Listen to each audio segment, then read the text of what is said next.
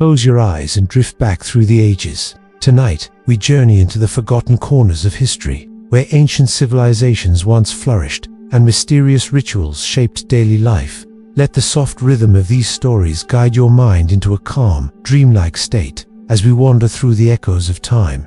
Let's start. 1. Nabatean Kingdom. The Nabatean Kingdom was an ancient Arab civilization that thrived between the 4th century BCE and the 1st century CE in the desert regions of what is now Jordan, Syria, and Saudi Arabia. Their capital city, Petra, remains one of the most astonishing archaeological sites in the world, hidden within rose-red cliffs and accessible through a narrow canyon known as the Siq. The Nabateans were masterful traders, controlling key routes that transported frankincense, myrrh, spices, and textiles across the Arabian Peninsula and into the Mediterranean world. Their wealth was not built upon conquest, but upon commerce and diplomacy. One of the most impressive achievements of the Nabateans was their advanced water management system. Living in arid landscapes, they developed ingenious methods to collect, store, and distribute water, including dams, cisterns, and underground channels. This allowed them to sustain both their population and the flow of caravans through their territory. Culturally, the Nabateans were skilled in blending influences from neighboring civilizations. Their architecture combines elements from Hellenistic Greece, Rome, and the ancient Near East, resulting in monumental tombs and temples carved directly into rock faces. They also used a unique form of script, which later influenced the development of the Arabic alphabet. The kingdom's decline began after its annexation by the Roman Empire in 106 CE, while Petra continued to function as a trade center for some time.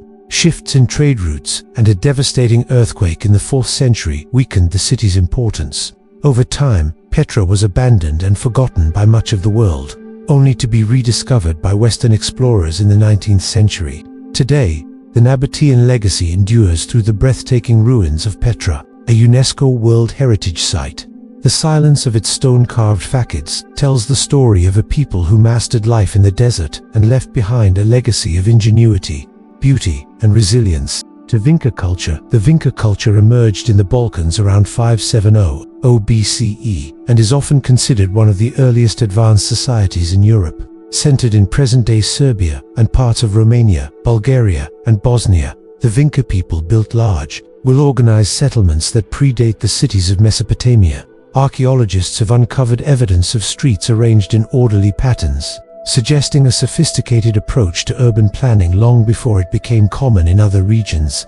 One of the most intriguing aspects of the Vinca culture is its proto-writing system. Thousands of small clay tablets and artifacts bear symbols that some researchers believe represent the earliest known form of writing. While the meaning of these markings remains undeciphered, they indicate a level of symbolic communication far ahead of their time. The Vinca people were skilled artisans, producing intricately decorated pottery, figurines, and tools. Many of the figurines depict human-like figures with elongated faces and large eyes, sparking debates about their symbolic or ritual significance. They also engaged in early forms of metallurgy, working with copper several centuries before it became widespread in other parts of Europe. Agriculture formed the backbone of the Vinca economy. They cultivated wheat, barley, and legumes, and raised livestock, allowing their communities to flourish for centuries. Their settlements, sometimes housing thousands of inhabitants, represent a level of social complexity that challenges traditional views of prehistoric Europe. By around 4500 BCE, the Vinca culture began to decline. The reasons remain uncertain, though climate changes, resource depletion, or cultural shifts may have contributed. Their settlements were gradually abandoned, and their proto-writing system was lost to history. Today, the Vinca culture remains an enigma. Its undeciphered symbols and remarkably advanced society stand as a reminder that the roots of human civilization stretch deeper into the past than we often realize. 3. Elamite Kingdom. The Elamite Kingdom was one of the most influential but least remembered civilizations of the ancient Near East, located in the region that is now southwestern Iran. Elam's history spans from around 2700 BCE until its conquest by the Assyrian Empire in the 7th century BC. Its strategic position between Mesopotamia and the Iranian plateau allowed it to become a center of trade, culture, and political power.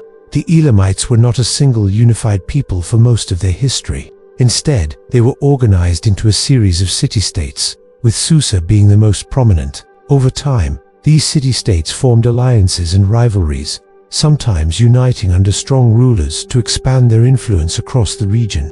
Elamite art and architecture reflect both indigenous styles and influences from neighboring Mesopotamia.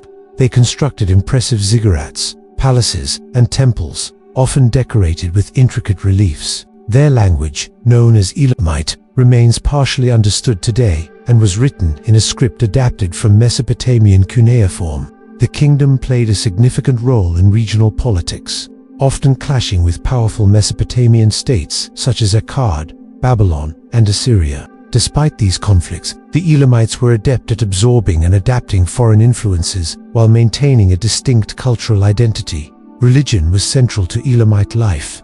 They worshipped a pantheon of deities, with Inshushinak, the god of Susa, being particularly important. Religious rituals and offerings were conducted in grand temples, reinforcing the connection between the ruling elite and divine authority.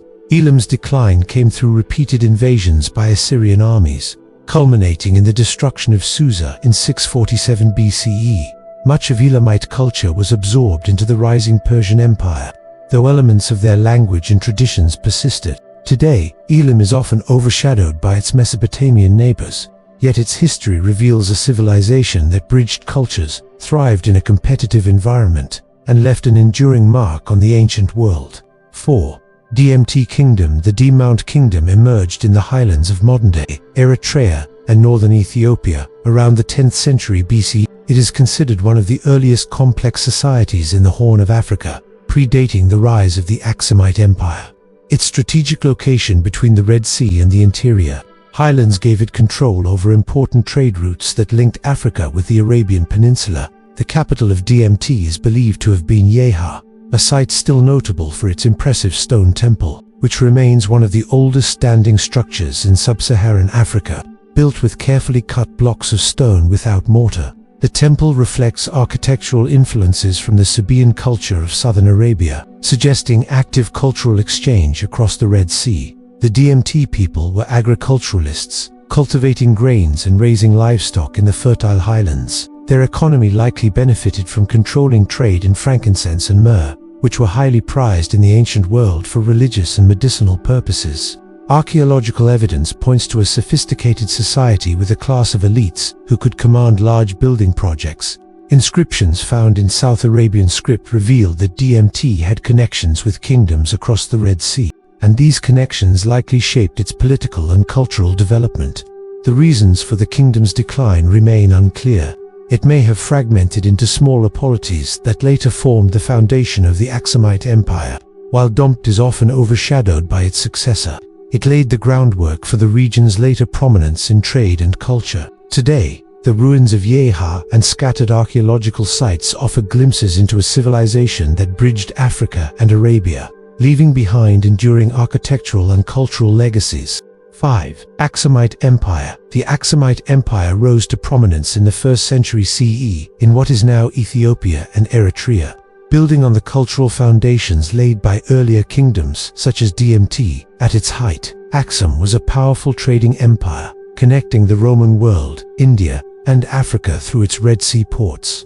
Its wealth came from controlling trade in ivory, gold, spices, and exotic animals. The city of Aksum served as the empire's political and religious center. Its most iconic monuments are the towering stone stelae, some exceeding 20 meters in height, carved from single blocks of granite. These stelae marked the graves of kings and nobles, symbolizing their power and legacy. Aksum's adoption of Christianity in the 4th century under King Azana was a defining moment in its history. This made it one of the earliest states to embrace the faith, influencing religious practices across the region. Churches and monasteries became central to community life, and the empire developed its own written script, Jayas, which remains in liturgical use today. The Aksumites were skilled engineers and agriculturalists, using terraced farming to maximize productivity in the highlands. Their coinage, minted in gold, silver, and bronze, circulated widely, bearing inscriptions in Greek and Ge'ez, reflecting the empire's cosmopolitan nature. By the 7th century, Aksum's power began to wane. Shifts in trade routes, environmental changes, and the rise of Islamic powers in the Red Sea region diminished its influence. The capital eventually moved inland, and Axum became a symbolic rather than political center. Today, Axum is celebrated as a UNESCO World Heritage Site. Its ruins, churches, and legends, such as the tradition that the Ark of the Covenant rests there, make it a place of enduring historical and spiritual significance. 6. Mushke Confederation. The Miska Confederation was a network of chiefdoms that flourished in the highland plateaus of present-day Colombia from the 6th to the 16th century CE. Known for their skill in goldwork and their complex social structures, the Miska left a lasting cultural imprint on the region. The Miska were organized into two main federations, the Zepa in the south and the Zak in the north. Each federation consisted of numerous smaller communities governed by local chiefs, with power concentrated in the hands of the main rulers. They cultivated maize, potatoes, and quinoa, using advanced agricultural techniques suited to the Andean highlands. Gold played a central role in Muska culture, both as a symbol of status and as an offering to their gods. They crafted intricate gold objects using the lost wax casting technique, producing tungios, small figurines placed in sacred lakes and temples as offerings. This tradition inspired the legend of El Dorado, in which a ruler covered himself in gold dust before diving into a sacred lake. Religion was deeply woven into Muska life. They worshipped deities associated with the sun, moon, and natural elements, holding ceremonies in sacred sites such as Lake Guatavita. Priests held significant authority, guiding rituals that reinforced the social and political order. The arrival of Spanish conquistadors in the early 16th century brought the downfall of the Muska Confederation. Despite their organizational complexity and numbers, the Muska were defeated by the better-armed Europeans, and their gold treasures were seized or melted down. Today, descendants of the Muska people still live in Colombia, preserving aspects of their language, traditions, and crafts. The legend of El Dorado, rooted in Muska ceremonial practices, continues to capture imaginations worldwide. 7. Goguryeo Kingdom. The Goguryeo Kingdom was one of the three great ancient Korean kingdoms, flourishing from 37 BCE to 668 CE. It occupied a vast territory that included much of present-day North Korea, parts of South Korea, and a significant portion of Manchuria in modern China. Goguryeo was renowned for its military strength, cultural sophistication, and ability to adapt to the harsh northern climates. The kingdom was founded by King Dongmyong, also known as Jumong, a figure who became central to Korean legend. Under his successors, Goguryeo expanded rapidly, controlling strategic trade routes and fortresses. Its military prowess was unmatched in the region, with well-trained cavalry and fortified mountain strongholds that made it extremely difficult to conquer. Goguryeo's culture blended influences from China and the nomadic tribes of the steppes, yet retained distinct traditions. The kingdom's two murals are among its most significant cultural legacies, depicting scenes of daily life, hunting, and mythological creatures. These murals provide a vivid window into the kingdom's art, clothing, and spiritual beliefs. Buddhism was introduced to Goguryeo in the 4th century and became a central aspect of its culture, influencing architecture, sculpture, and learning. Massive temples and pagodas dotted its landscapes, serving both religious and political purposes. Relations with neighboring states were complex. Goguryeo often clashed with Chinese dynasties, yet also engaged in periods of alliance and trade. Its eventual downfall came after a prolonged conflict with the allied forces of the Tang dynasty of China and the Korean kingdom of Silla in 668 CE. Goguryeo fell, and its lands were absorbed by the victors. Today, the legacy of Goguryeo is a source of pride in Korean history. Its art, architecture, and stories continue to inspire cultural identity in both North and South Korea. 8. Luwian Civilization. The Luwian civilization flourished in Anatolia, modern-day Turkey, during the Late Bronze Age and Early Iron Age, roughly between 2000 BCE and 700 BCE, closely related to the Hittites, but culturally distinct. The Luwians occupied southwestern Anatolia and spoke the Luwian language, part of the Indo-European family. The Luwians played a key role in the network of ancient Near Eastern states. Their cities, such as Arzawa and Mira, were important centers of trade and diplomacy.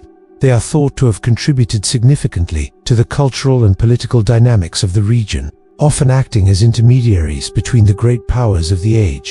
Luwian art and architecture display a fascinating blend of Hittite influence and local creativity. Stone reliefs, inscriptions, and monumental gates adorned their cities. The Luwians used both cuneiform and a unique hieroglyphic script, which has been partly deciphered, providing valuable insights into their history.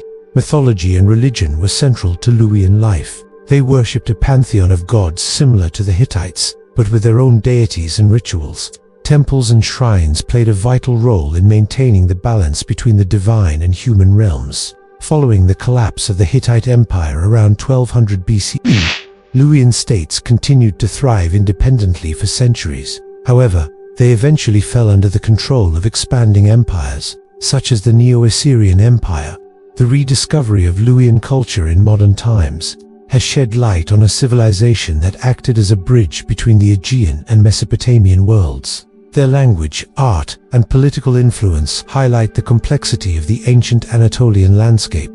9. Etruscan civilization. The Etruscan civilization thrived in central Italy from around 900 BC until it was absorbed by the Roman Republic in the late 4th century BCE. The Etruscans were instrumental in shaping early Roman culture, yet their origins remain a subject of scholarly debate, with theories ranging from local Italic roots to influences from the Eastern Mediterranean. Etruscan society was organized into cities such as Veii, Tarquinia, and Serviteri, each with its own ruling elite. These city-states shared a common language and religious practices, yet often competed for dominance. Their economy was based on agriculture, mining, and trade with Greece and other Mediterranean cultures. Etruscan art is renowned for its vitality and detail, particularly in tomb paintings and sculpture. These works often depicted banquets, athletic contests, and scenes from mythology, offering a glimpse into their values and way of life. They were also skilled metalworkers, producing finely crafted jewelry, weapons, and ceremonial objects. Religion played a central role in Etruscan life. They believed in a complex system of gods and divination, with priests interpreting the will of the gods through the study of animal entrails and lightning patterns. This religious system heavily influenced Roman practices. The Etruscans were also remarkable engineers. They developed advanced drainage systems, built impressive roads, and constructed monumental temples. Their architectural styles, particularly the use of the arch, were later adopted by the Romans. Over time, the expanding Roman Republic gradually absorbed the Etruscan city-states. While their political independence ended, their cultural legacy lived on, profoundly shaping Roman religion, architecture, and urban planning. Today, the Etruscans are remembered as a vibrant, innovative civilization whose contributions helped lay the foundation for one of history's greatest empires. 10. Zapotic civilization. The Zapotic civilization emerged in the valley of Oaxaca, in present-day Mexico around 500 BC, flourishing until the arrival of the Spanish in the 16th century. This civilization is known for its complex society, early writing system, and monumental architecture. The Zapotic capital, Monte, was built on a flattened mountaintop, giving it both a defensive advantage and symbolic prominence over the surrounding valley. The city became the heart of Zapotic culture, featuring temples, palaces, ball courts, and a carefully organized system of plazas and terraces. Archaeologists believe Monte could house tens of thousands of residents at its peak. The Zapotecs developed one of the earliest known writing systems in the Americas, using carved glyphs to record significant events, political alliances, and religious ceremonies. They also created a 260-day ritual calendar and a 365-day agricultural calendar, both essential for coordinating planting seasons and religious festivals. Agriculture formed the foundation of their economy, with maize, beans, and squash as staple crops, supported by advanced irrigation techniques. Religion was deeply integrated into daily life. The Zapotecs worshipped a pantheon of gods associated with fertility, rain, and the earth. Priests played a central role, performing complex rituals and overseeing sacrifices intended to maintain cosmic balance and agricultural prosperity.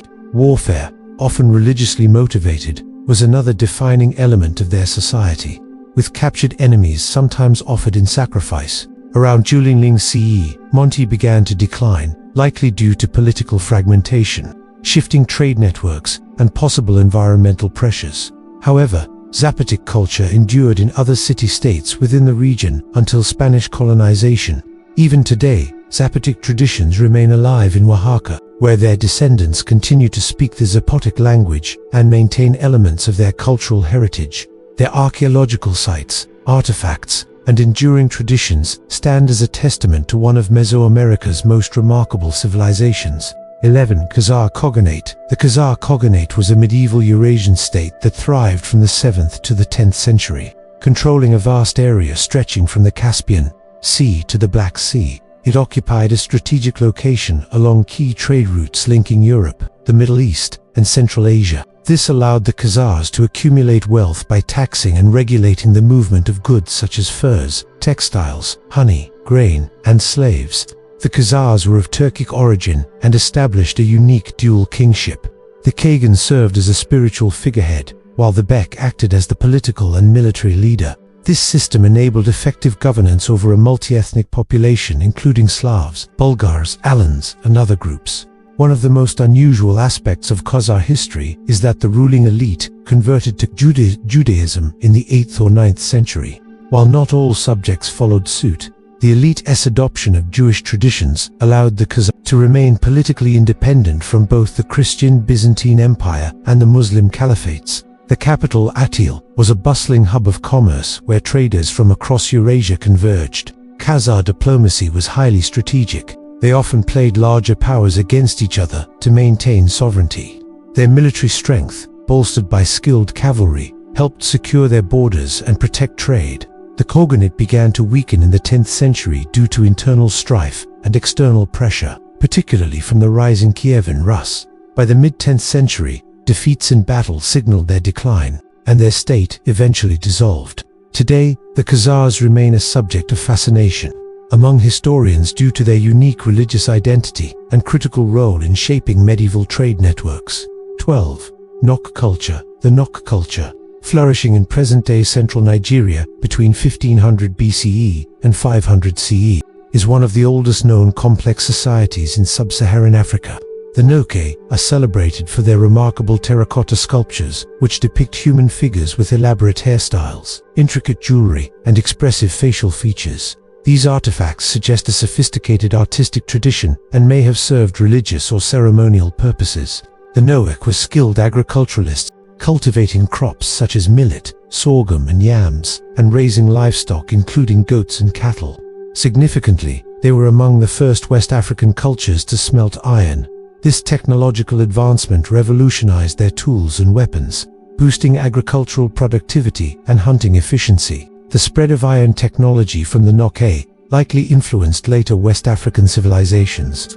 Archaeological evidence indicates that Noke communities engaged in long-distance trade, exchanging iron tools, pottery, and possibly agricultural surplus with neighboring groups. The stylistic similarities of terracotta figures found over wide regions suggest a shared cultural identity or influence. The reasons for the decline of the Noak culture remain uncertain. Environmental changes, soil depletion from intensive farming, or migrations may have contributed to their disappearance. However, their legacy endured in the region's ironworking traditions and artistic styles. Today, Nok artifacts are considered treasures of African heritage, housed in museums and studied by archaeologists seeking to understand the origins of complex societies in West Africa. Their innovations in metallurgy and their expressive art make the Noak culture a cornerstone in the history of the continent. 13. Mitanni Kingdom. Chariot warriors of Mesopotamia. The Mitanni Kingdom was a powerful Hurrian-speaking state that flourished in northern Mesopotamia and parts of Syria between the 16th and 13th centuries BCE, renowned for their mastery of chariot warfare.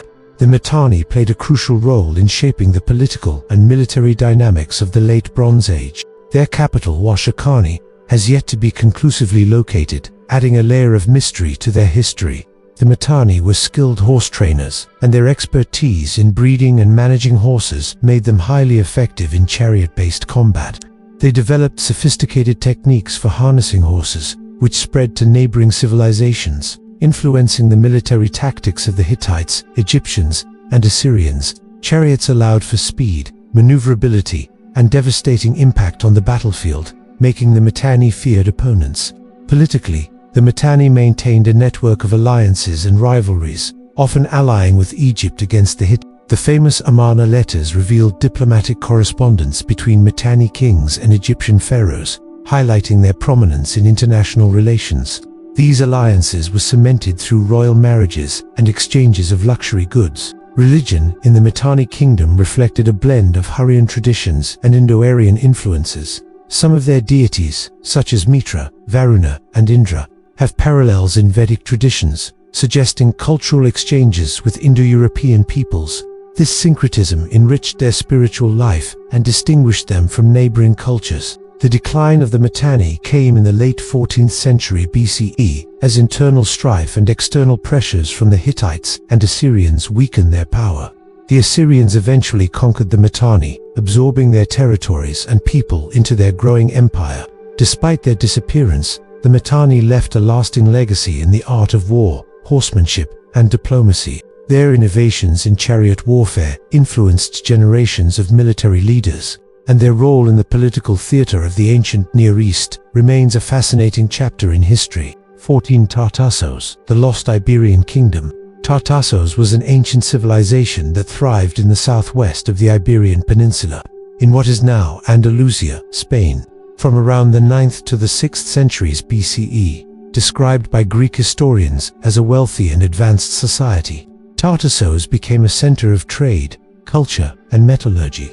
Its exact location remains uncertain, but archaeological evidence points to settlements along the Guadalquivir River, renowned for its abundance of silver, gold, and tin. Tartessos traded extensively with the Phoenicians, Greeks, and other Mediterranean cultures. This trade brought prosperity and allowed for the development of urban centers, monumental architecture, and a unique artistic style that blended local traditions with foreign influences. Tartessian metalwork, particularly in gold and silver, was highly prized across the Mediterranean. Tartessos is also associated with a distinctive written language, although it remains only partially deciphered. This script suggests a literate society capable of record-keeping and complex administration. The kingdom's rulers were likely both political and religious leaders, presiding over a society that valued craftsmanship, trade, and cultural exchange. The decline of Tartessos around the 6th century BCE is shrouded in mystery. Some historians propose that it was conquered or absorbed by the expanding Carthaginian Empire, while others suggest that environmental changes or shifts in trade routes led to its fall. Ancient legends even link Tartessos to the myth of Atlantis, further fueling fascination with this enigmatic kingdom. Today, the story of Tartessos lives on through archaeological finds, ancient texts, and local folklore. Its legacy can be seen in the blending of Iberian and Mediterranean cultures that characterized later periods of Spanish history. 15. Marib Kingdom. Arabia's Sabaean culture. The Marib Kingdom, often considered the heart of the ancient Sabaean civilization, thrived in what is now Yemen from approximately the 8th century BCE until the early centuries CE, centered around the city of Marib. The kingdom became famous for its wealth, advanced irrigation systems, and pivotal role in the incense trade. At the core of Marib's prosperity was the monumental MRB Dam, one of the most impressive engineering feats of the ancient world. This dam allowed for the irrigation of large tracts of farmland in an otherwise arid environment, enabling the cultivation of crops that sustained a large population. The surplus supported trade and the growth of a sophisticated society. The Sabaeans controlled crucial trade routes that connected the Mediterranean with Africa and India. They traded highly valued commodities such as frankincense and myrrh, used in religious rituals and medicine throughout the ancient world. This commerce brought great wealth, which funded temples, palaces, and public works. Religion played a central role in Sabaean culture, with deities linked to celestial bodies and natural forces. Elaborate rituals and offerings were conducted at grand temples, reinforcing the power of the ruling elite, who often claimed divine favor. The decline of the Marib kingdom came gradually, influenced by shifting trade routes, competition from rival states, and possibly environmental changes that reduced the dam's effectiveness. By the 3rd century CE, the Himyarite kingdom had absorbed much of its territory. Despite its eventual fall, the legacy of Marib and the Sabaean culture endures in the ruins of the city. Inscriptions, and the legendary tales of the Queen of Sheba, who is said to have ruled over this rich and powerful land. 16. Sogdian civilization. Silk Road traders of Central Asia. The Sogdian civilization thrived between the 6th century BCE and the 11th century CE in what is now Uzbekistan, Tajikistan, and parts of Kazakhstan and Kyrgyzstan. Known as the master traders of the Silk Road, the Sogdians played a vital role in connecting China, India, Persia, and the Mediterranean. Their cities, such as Samarkand and Bukhara, became bustling hubs of commerce, culture, and diplomacy. Sogdians were renowned for their exceptional skills in trade and negotiation. They specialized in transporting luxury goods such as silk, spices, precious stones, glassware, and artworks across vast distances. They also served as cultural intermediaries, spreading ideas, languages, and religions along with their merchandise. Buddhism, Zoroastrianism, and later Islam all passed through Sogdian trade networks. The Sogdian language, written in an Aramaic-derived script, became the lingua franca of trade across much of Central Asia. Their merchants established colonies far from their homeland, particularly in China, where they became influential in local markets and court politics. Art and architecture in Sogdian cities reflected a fusion of Persian, Indian, and Chinese influences. Lavish wall paintings, decorative metalwork, and detailed textiles revealed their cosmopolitan tastes and multicultural connections. Religious tolerance allowed different faiths to coexist within their cities, contributing to a vibrant and diverse cultural life. By the 8th century CE, the Arab conquests and shifting trade patterns began to undermine Sogdian dominance. The rise of maritime trade routes reduced the importance of overland caravans. However, even under foreign rule, Sogdian merchants continued to operate, ensuring their influence lingered for centuries.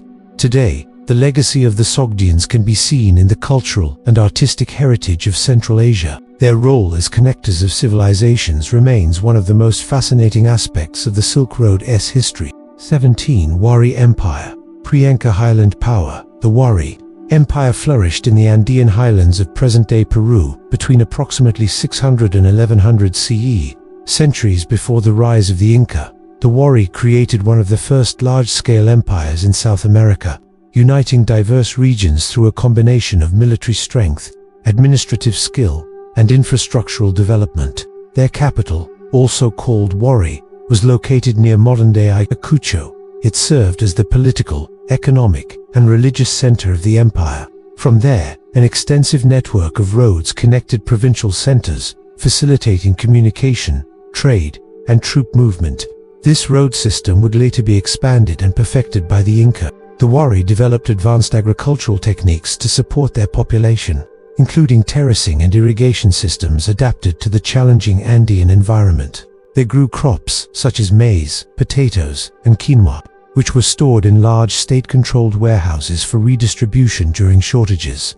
Religion played an important role in Wari governance. The elite claimed divine authority and promoted state-sponsored religious practices centered on deities associated with the sun, agriculture, and water. Monumental architecture, including temples and administrative buildings, reflected their political and religious power. Artisans in the Wari Empire were highly skilled, producing finely woven textiles, intricate ceramics, and metalwork. These items often carried symbolic motifs and were used both in everyday life and in ceremonial contexts. Textiles, in particular, held great value and served as markers of social status. The reasons for the Wari decline remain uncertain. Climate change, internal unrest, and the overextension of resources may have contributed to their collapse. However, their influence endured, as the Inca adopted many Wari innovations in administration, architecture, and road building. The Wari stand as a testament to the complexity and sophistication of pre-Columbian civilizations in the Andes. 18. Punt Kingdom, mysterious African land of Egyptian trade. The Punt Kingdom, often referred to by the ancient Egyptians as the land of the gods, was a wealthy and mysterious region located somewhere along the Red Sea coast, possibly in present-day Somalia, Eritrea, or Sudan.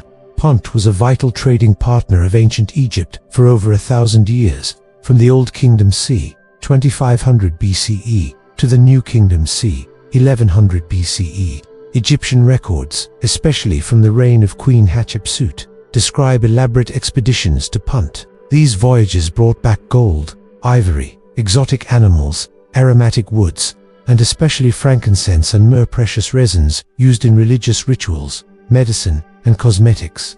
The most famous account of contact with Punt comes from the reliefs in Hatshepsut's mortuary temple at Deir el-Bahari, which depict the journey by ship, the reception by Puntite rulers, and the exchange of lavish gifts. These depictions also show the distinctive architecture and appearance of the Puntite people, providing rare visual clues about this enigmatic civilization. Punte's economy revolved around its natural resources and its position as a gateway between Africa and the Arabian Peninsula. It likely acted as a mediator in the trade of goods coming from deeper in Africa, including rare animal skins, precious minerals, and exotic plants. Despite its long-standing relationship with Egypt, Punt never became a conquered territory. Instead, it maintained a degree of political independence, dealing with Egypt as an equal trading partner. This mutual respect may have been reinforced by religious beliefs, as the Egyptians considered Punt a sacred land connected to their gods. The decline of Punt is not well documented, but changing trade patterns, political shifts, and possible environmental changes could have led to its disappearance from historical records. Today, the name of Punt still evokes images of wealth, mystery, and the deep connections between Africa and the ancient world. 19 Bactria Margiana Archaeological Complex, Bronze Age Urban Pioneers. The Bactria Margiana Archaeological Complex (BMAC), also called the Oxus Civilization, thrived from roughly 2300 BCE to 1700 BCE across modern Turkmenistan, northern Afghanistan, Uzbekistan, and parts of Tajikistan. It stood as one of the most advanced urban cultures of the Bronze Age, noted for its monumental architecture, artistic refinement, and trade networks that stretched far beyond its borders. Centered around cities like Gona Tepe, the BMAC built fortifications, palaces, and temples using sophisticated mud brick construction. Archaeologists have found evidence of organized city layouts, with clearly defined zones for religious rites, administrative duties, and domestic living. Artifacts from the region include masterfully crafted jewelry, ceramics, and seals that point to a flourishing artisan culture. Their economy relied heavily on irrigated agriculture, growing wheat, barley, and other staples, while animal husbandry supplied meat, wool, and hides. The BMA was also a hub of craft specialization, producing goods for both local consumption and international trade. Trade connected the BMAC with Mesopotamia, the Indus Valley, and possibly early Chinese cultures. Goods such as lapis lazuli, gold, tin, and textiles were exchanged, creating a web of economic and cultural ties. Religious practices are still only partially understood, though excavations have revealed ceremonial complexes and ritual objects suggesting fire worship and veneration of deities. Its decline may have been due to environmental change, resource scarcity, or the arrival of nomadic groups, but its cultural imprint endured in later Central Asian societies. 20. Parthian Empire. Archers who defied Rome. The Parthian Empire, lasting from 247 BCE to 224 CE, emerged as one of the most formidable rivals to Rome in ancient Persia. Founded by the Parni tribe under the leadership of Arsaces, it grew to dominate a vast region stretching from the Euphrates River in the west to eastern Iran in the east. Securing control over vital trade corridors linking east and west, Parthian military strength rested heavily on their elite cavalry, both heavily armored cataphracts and swift horse archers. They perfected the famed Parthian shot, a battlefield tactic in which mounted archers, while feigning retreat, would turn in the saddle to shoot arrows at pursuing enemies. This devastating maneuver allowed smaller Parthian forces to overcome larger and better equipped armies, most famously defeating the Roman legions under Crassus at the Battle of Carrhae in 53 BCE. The Parthian political structure combined elements of their nomadic heritage with influences from both earlier Persian empires and Hellenistic kingdoms. Their realm functioned as a loose confederation of semi-autonomous kingdoms, all loyal to the Arsacid royal house, which allowed regional flexibility but sometimes caused internal disputes. Economically, the empire thrived as a key intermediary on the Silk Road, engaging in trade with Rome, India, and China. They exported fine horses, carpets, and gemstones, while importing coveted goods such as silk, spices, and precious metals. This prosperity fueled urban growth and cultural blending. In the arts and culture, the Parthian world reflected a unique synthesis of Greek, Persian, and Central Asian traditions, visible in their coins, distinctive sculptural styles, and innovative architectural designs. Religious life included Zoroastrianism, local cults, and Hellenistic deities, illustrating the empire's diversity. Ultimately, the Parthian Empire succumbed to the rising Sassanid dynasty, yet their legacy endured in the memory of their military ingenuity, their defense of Persian sovereignty against Rome, and their role in maintaining the cultural and economic bridge between civilizations. 21 Chimu Kingdom. Builders of Chan in Peru. The Chimu Kingdom, flourishing between approximately 900 CE and 1470 CE, rose along the arid northern coast of present-day Peru. This advanced civilization is best known for its capital city, Chan, the largest adobe city in the world, which at its height housed tens of thousands of people, spanning nearly 20 square kilometers. Chan stood as a masterpiece of urban planning, with walled compounds, ceremonial plazas, intricate irrigation systems, and storerooms for surplus goods. The Chimu economy thrived on mastery of irrigation in one of the driest regions on Earth. They engineered an elaborate network of canals to divert water from the Mocha and Chicama rivers, transforming desert into fertile farmland. Their agricultural base supported crops such as maize, beans, and squash, while the nearby Pacific coast provided a steady supply of fish and shellfish. Artisans in the Chimu Kingdom were highly skilled in metalworking, especially with gold, silver, and copper alloys, producing delicate jewelry, ceremonial objects, and tools. They were also renowned for their fine textiles, crafted from cotton and llama wool, and their distinctive black pottery decorated with intricate relief designs. Politically, the Chimu were ruled by a powerful king, or Chimak Kapok, who presided over a rigidly stratified society. Nobles, artisans, farmers, and laborers all had defined roles. Religion played a central role in public life, with reverence for the moon, stars, and sea deities, as well as rituals involving offerings to ensure agricultural fertility and protection from natural disasters. Despite their achievements, the Chimu were eventually conquered by the expanding Inca Empire under Tupac Inca Yupanqui. Around 1470 CE, the Inca absorbed much of Chimu technology and artistry into their own culture. Today, the remains of Chan, with its intricate friezes and labyrinthine walls, stand as a testament to the ingenuity and resilience of a people who turned desert into a thriving civilization. 22 Scythian nomads. Warriors of the Eurasian steppe, the Scythians were a confederation of nomadic tribes who dominated the vast grasslands of the Eurasian steppe from roughly the 9th century BCE to the 1st century CE, renowned for their horsemanship and martial skill. The Scythians developed a lifestyle perfectly suited to the harsh, open plains stretching from the Black Sea to Central Asia. They were master archers, often firing deadly arrows from horseback at full gallop, a tactic that gave them a decisive advantage over slower, more heavily armored foes. Living in portable felt tents called yurts, the Scythians moved seasonally with their herds of horses, cattle, and sheep. Their diet relied heavily on meat and dairy products, supplemented by trade with neighboring civilizations such as the Greeks, Persians, and Chinese. In exchange for grain, wine, and crafted goods, they supplied horses, animal furs, and other steppe resources. Scythian art is famous for its animal style. Intricate depictions of deer, eagles, felines, and mythical creatures worked into gold ornaments, weapon fittings, and clothing decorations. Many of these items have been preserved in burial mounds, or kurgans, which also revealed their elaborate funerary customs. High-status individuals were interred with weapons, armor, jewelry, and even sacrificed horses, intended to accompany them into the afterlife.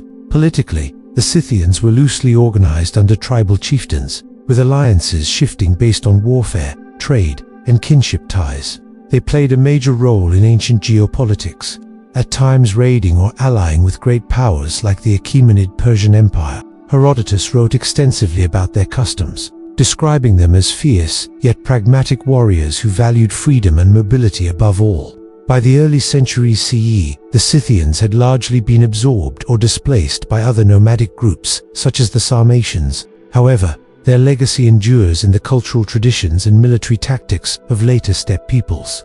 and in the gold treasures unearthed from their burial sites, which continue to awe historians and archaeologists alike. 23. Lycia Rock Tomb, builders of Anatolia. Lycia was an ancient region located in what is now southwestern Turkey, flourishing from the late Bronze Age through the Classical period.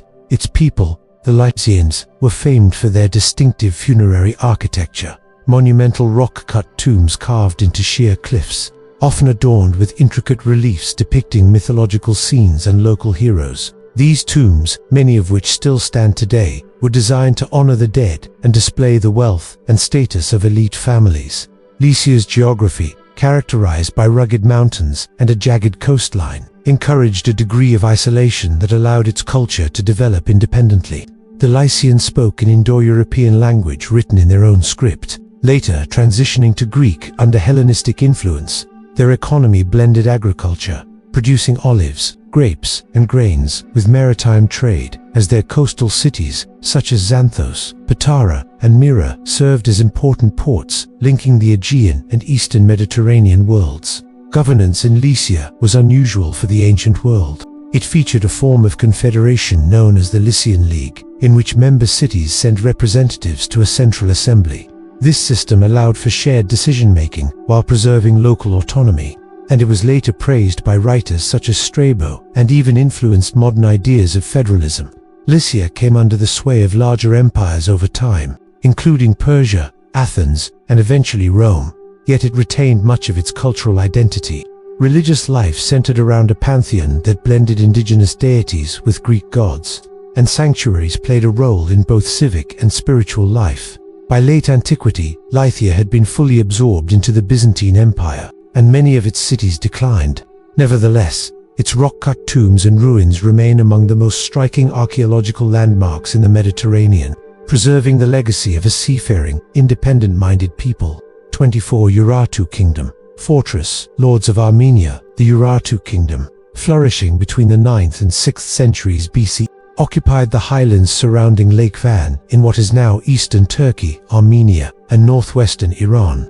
Known to the Assyrians as a formidable rival, Urartu built its power on a foundation of advanced metallurgy, monumental fortresses, and sophisticated irrigation systems. The kingdom's strategic position allowed it to control vital trade routes between Mesopotamia, Anatolia, and the Caucasus. Urartian architecture remains one of its most enduring legacies, with massive stone fortifications like those at Erebuni and Tushpa, showcasing both defensive ingenuity and artistic skill.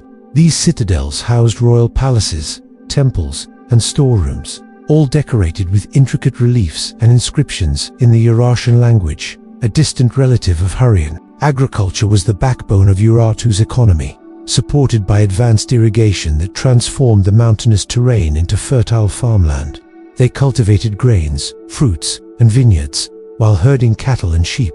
Metalworking, particularly in bronze and iron, was highly developed, producing weapons, armor, and ornate ritual objects. Religion in Urartu centered on a pantheon of deities, with Holdi as the chief god. Temples dedicated to Holdi and other gods played a role in uniting the diverse populations under the kingdom's control. The Urartians also engaged in constant military campaigns, expanding their influence but also drawing the attention of powerful neighbors. The decline of Urartu came with a combination of internal strife, pressure from nomadic Cimmerians and Scythians, and the rise of the Median Empire.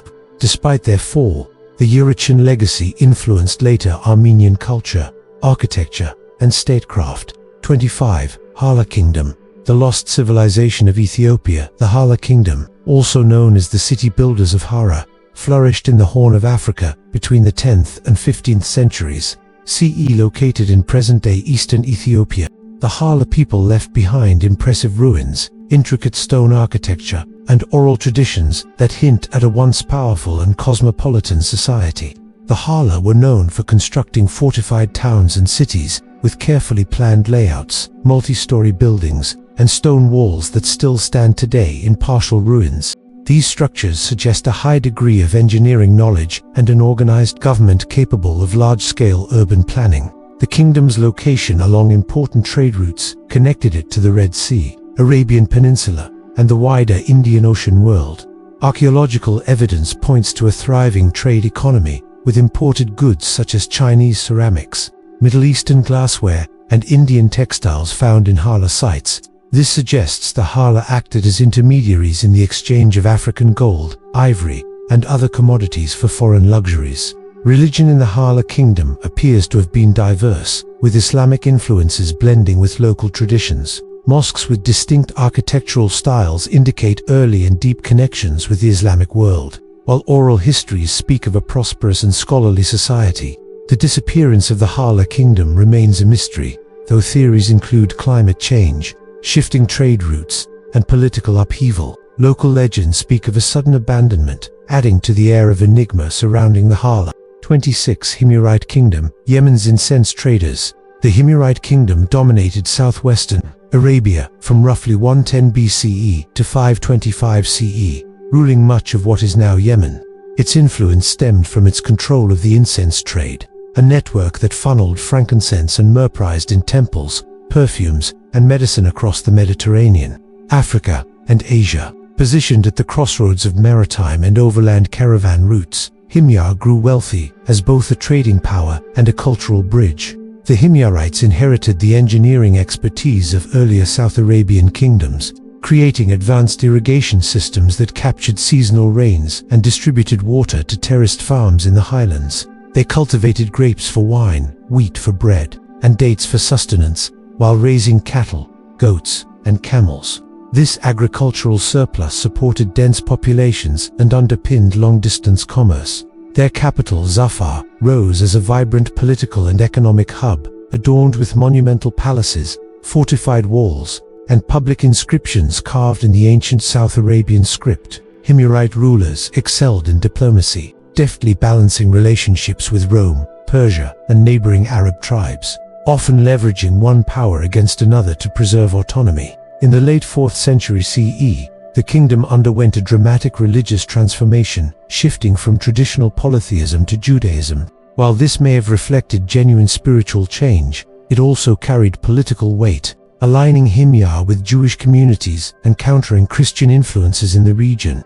The kingdom's fortunes declined under pressure from the Christian kingdom of Aksum, which invaded from across the Red Sea, and later from Sasanian Persia. By the mid-6th century, Himyar had been absorbed into broader imperial conflicts, yet its legacy endured. Its irrigation works inspired later generations, its trade routes shaped regional economies, and its story remains a testament to resilience and ingenuity in one of the world's harshest landscapes. 27. Torona Civilization. Hidden in Colombia's mountains, the Torona civilization thrived between the 1st and 17th centuries CE in the lush, rugged terrain of the Sierra Nevada de Santa Marta in northern Colombia. Known for their exceptional adaptation to the challenging mountain environment, the Torona built terraced settlements connected by stone pathways, often hidden in dense forest. The most famous of these sites, Ciudad Perdida, the Lost City, remained concealed until its rediscovery in the 1970s, revealing an intricate urban complex with plazas, staircases, and drainage systems that testified to sophisticated engineering. The Torona were skilled goldsmiths, creating intricate ornaments, pendants, and ceremonial objects using techniques such as losswax casting. Their artistry reflected not only high craftsmanship but also deep spiritual symbolism, often depicting animals and supernatural beings tied to their cosmology. Agriculture was central to their way of life, with crops like maize, cocoa beans, and fruits cultivated on the terraced slopes. Trade networks extended from the Caribbean coast into the interior, facilitating the exchange of goods such as salt, fish, and gold. Socially, the Torona maintained a hierarchical structure with political and religious leaders guiding community life. Shamans played a crucial role, mediating between the spiritual and physical worlds. Spanish incursions in the 16th century disrupted their society, leading to conflict, disease, and eventual dispersal into smaller communities.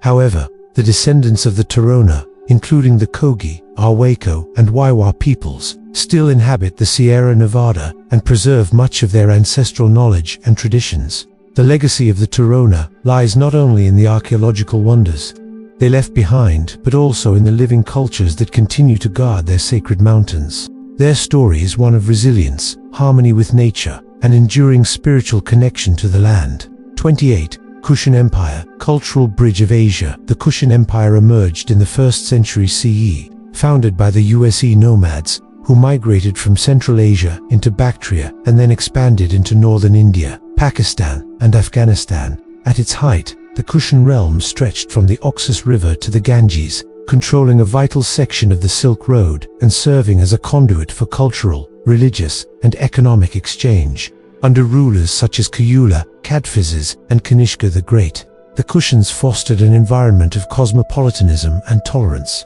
Their cities became melting pots where Greek, Persian, Indian, and Chinese influences blended.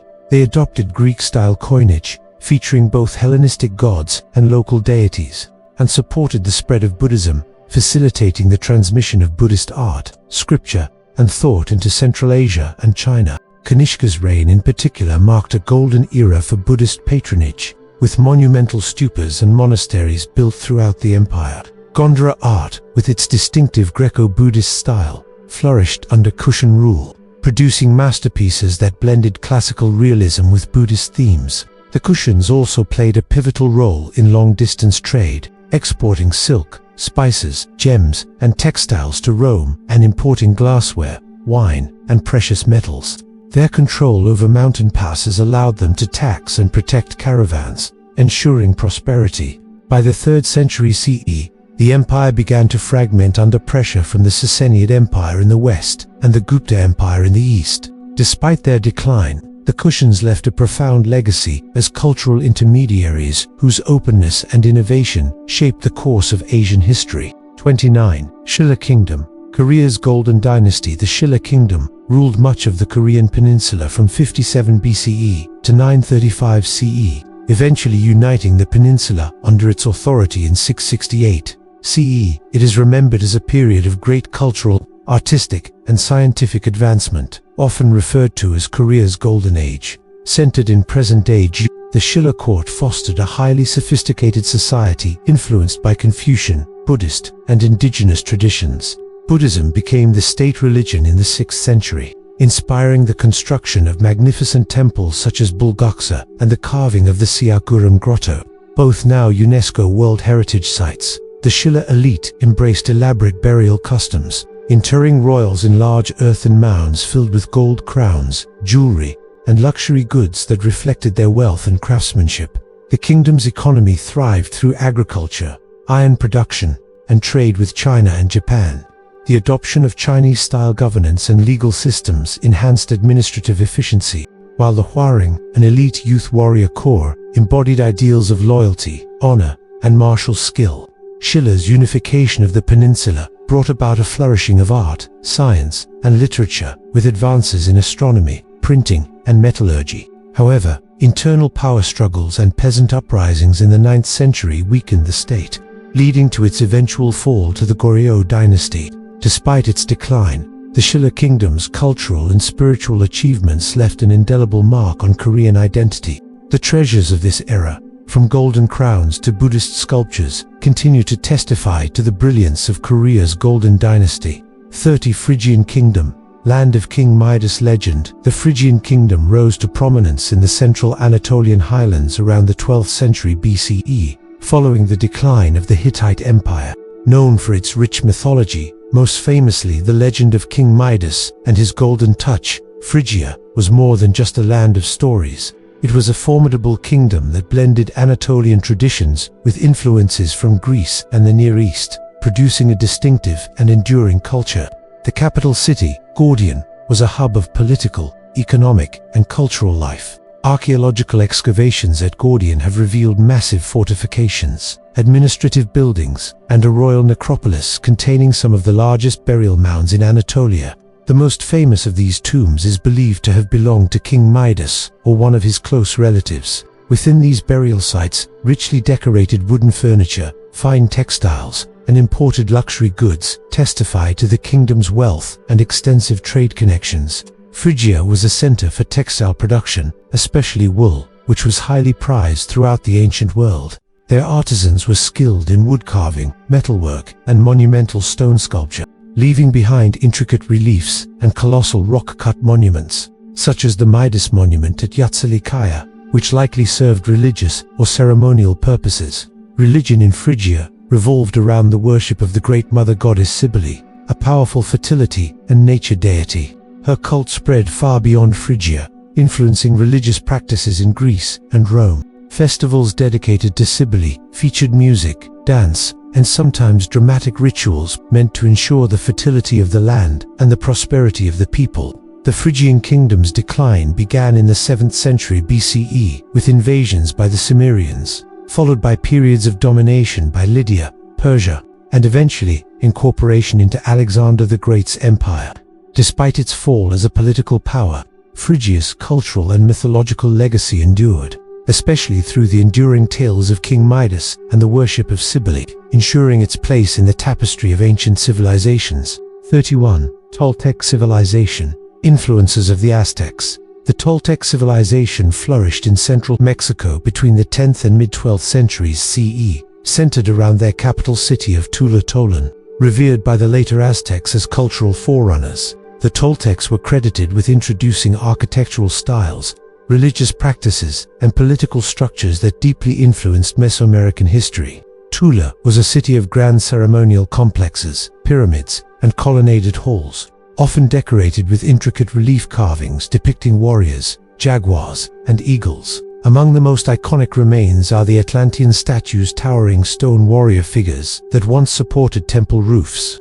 These sculptures symbolize the militaristic nature of Toltec society, which relied heavily on warrior elites to expand influence and control trade networks. The Toltecs were skilled artisans and traders, producing fine pottery, obsidian tools, and elaborate Their religious beliefs centered around a pantheon that included Quetzalcoatl, the feathered serpent god, whose myth would later become central to Aztec culture. Quetzalcoatl was often portrayed as a benevolent deity opposing human sacrifice, though the extent of this opposition remains debated by scholars. Trade was vital to the Toltec economy, with goods such as turquoise, cacao, and cotton exchanged across Mesoamerica. Their influence extended far beyond central Mexico, reaching as far as the peninsula, where their style merged with that of the Maya at Chichen Itza. The decline of the Toltec civilization is still shrouded in mystery. Factors such as prolonged drought, internal conflict, and invasions from northern nomadic groups may have contributed to the collapse of Tula around the mid-12th century. However, the Toltecs lived on in legend. Aztec rulers claimed descent from them, and their artistry and myths continued to shape Mesoamerican culture for centuries. 32. Cahokia Mound Builders. America's prehistoric city, Cahokia, located near present-day St. Louis, Missouri, was the largest and most complex pre-Columbian settlement north of Mexico, flourishing between 1050 and 1350 CE. It is estimated to have housed up to 20,000 inhabitants at its peak. This made Cahokia not just a city, but the center of the Mississippian culture, which spread across much of the southeastern United States. The city's most striking feature is Monk's Mound, the largest earthen structure in the Americas, standing about 100 feet tall and covering more than 14 acres. It served as the ceremonial and political hub, likely supporting the residence of the paramount chief. Surrounding it were dozens of smaller platform mounds, plazas, and neighborhoods organized in a planned layout. Cahokia was a hub for trade and cultural exchange, with artifacts such as Gulf Coast shells, Great Lakes copper, and Rocky Mountain obsidian found at the site. Its residents were skilled in agriculture, particularly in the cultivation of maize, which supported a dense population. The society was hierarchical, with an elite class that wielded both political and religious authority. Ceremonies, including those tied to astronomical alignments, were central to Cahokian life. The city's woodhenge, a circle of wooden posts, functioned as a solar calendar, marking solstices and equinoxes. Cahokia's decline remains a topic of debate. Environmental stress, resource depletion, and social unrest likely played roles in its abandonment by the mid-14th century. Despite its disappearance, Cahokia remains one of North America's greatest archaeological treasures, reshaping our understanding of ancient urbanism on the continent. 33. Hassian people. Anatolia's first great culture, the Hassians, were an ancient people who inhabited central Anatolia, modern-day Turkey. During the Bronze Age, long before the rise of the Hittites, their civilization thrived from around 2500 to 2000 BCE, leaving behind distinctive art, religious traditions, and city structures that influenced later cultures in the region. Hashan society was organized into city-states, each ruled by its own king or council. These cities, such as Hattusa, later adopted by the Hittites, were fortified with massive walls and strategically located to control trade routes across Anatolia. Agriculture formed the backbone of the economy, with wheat, barley, and livestock as staples. The Hashans practiced a polytheistic religion centered on nature deities, including the sun goddess of Erinya and the storm god. Religious life was deeply integrated into politics, with rulers acting as intermediaries between the gods and the people. Rituals often involved offerings of food, drink, and precious materials. Hashan art is characterized by finely crafted pottery, metal ornaments, and symbolic motifs depicting animals and celestial bodies.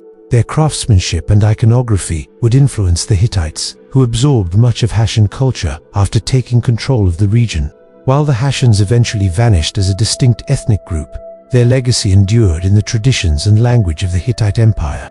Modern archaeology continues to uncover evidence of their cultural achievements, offering a rare glimpse into Anatolia's earliest civilization. 34. Minoan civilization. Palatial society of Crete. The Minoan civilization, flourishing on the island of Crete between approximately 3000 BCE and 1450 BCE, was one of the earliest advanced cultures in Europe. Named after the mythical king Minos, this society was centered around grand palace complexes such as Naissus, Phaistos, and Mallia. These structures were not merely royal residences, they were administrative, religious, and economic hubs, often adorned with elaborate frescoes depicting vibrant scenes of nature, processions, and religious ceremonies. Minoan society was maritime in nature, with a strong emphasis on trade and seafaring. Their ships carried goods such as pottery, olive oil, wine, and textiles across the Aegean and Mediterranean, connecting Crete to Egypt, the Near East, and mainland Greece. This trade network facilitated cultural exchange, evident in the fusion of artistic styles and technologies. Religion played a central role in Minoan life. The civilization is renowned for its goddess worship, particularly a mother goddess associated with fertility, nature, and animals. Rituals were held in both palace sanctuaries and sacred caves, and bull symbolism was prominent, possibly linked to the famous bull leaping ceremonies. These spectacles, depicted in Minoan art, suggest a blend of athleticism and religious devotion. Minoans developed a writing system known as Linear A, still undeciphered, which was used for administrative and religious purposes. Their art and craftsmanship reached exceptional levels, producing exquisite pottery, intricate gold jewelry, and detailed seals. The civilization's peaceful nature, as inferred from the limited evidence of fortifications, has led some historians to describe them as more focused on trade and culture than warfare. The decline of the Minoans is attributed to a combination of factors: natural disasters, such as the massive volcanic eruption on Thera Santorini, earthquakes, and eventual conquest by the Mycenaeans from mainland Greece. Despite their fall, the Minoans profoundly influenced Greek mythology, art, and architecture, leaving behind a legacy that shaped the cultural foundations of Western civilization. 35. Tiwanaku Empire. Andean megalithic culture. The Tiwanaku Empire flourished from around 500 to 1000 CE near the southern shores of Lake Titicaca, in what is now western Bolivia. This high-altitude civilization developed one of the most remarkable cultures in the Andes, predating the Inca Empire by centuries. At its heart was the city of Tiwanaku, which became a center of religion, trade, and political power. The city was distinguished by its monumental stone architecture, intricate carvings, and a mastery of megalithic construction that continues to intrigue archaeologists. Structures like the Akapana Pyramid, the Kalasasaya Temple, and the Gateway of the Sun display engineering skill and symbolic artistry, often aligned with astronomical events. Tiwanaku's agricultural success was due in part to raised field farming, which allowed crops to grow in the harsh Andean climate. They cultivated potatoes, quinoa, and other native plants, and domesticated llamas and alpacas for transport, wool, and meat. This efficient agricultural base supported a population that may have numbered tens of thousands. Religion and cosmology played a central role in Tiwanaku society. Art and iconography depict powerful deities, possibly connected to water, fertility, and the sun, reflecting the importance of agriculture and seasonal cycles. Tiwanaku's influence extended far beyond its immediate region through trade networks that stretched across the Andes, distributing goods such as ceramics, textiles, and precious metals. The decline of Tiwanaku remains debated. Possible causes include climate change leading to prolonged drought, overextension of political influence, and internal unrest. By the 12th century, the city was largely abandoned, leaving behind ruins that would later inspire myths and legends. Even in its fall, Tiwanaku's architectural styles, religious ideas, and agricultural techniques shaped the cultures that followed, particularly the Inca, who revered the site as a place of origin for their own civilization. 36 Samnites, Rome's fierce early rivals. The Samnites were an Italic people who inhabited the rugged Apennine Mountains of south-central Italy during the first millennium BCE, known for their fierce independence and military prowess. The Samnites played a significant role in the early history of the Roman Republic. Organized into a loose confederation of tribes, they maintained a warrior culture adapted to the mountainous terrain they called home. From the 4th to the 3rd centuries BCE, the Samnites clashed repeatedly with Rome in the Samnite Wars, a series of conflicts that tested the strength and strategy of both peoples. The Samnites excelled at guerrilla warfare, using their knowledge of the landscape to ambush Roman forces. Their military innovations included the manipular formation, which the Romans would later adopt and refine into their own legionary system. Samnite society was structured around clan-based communities, with strong local leadership and a shared cultural identity expressed through language, religion, and distinctive clothing.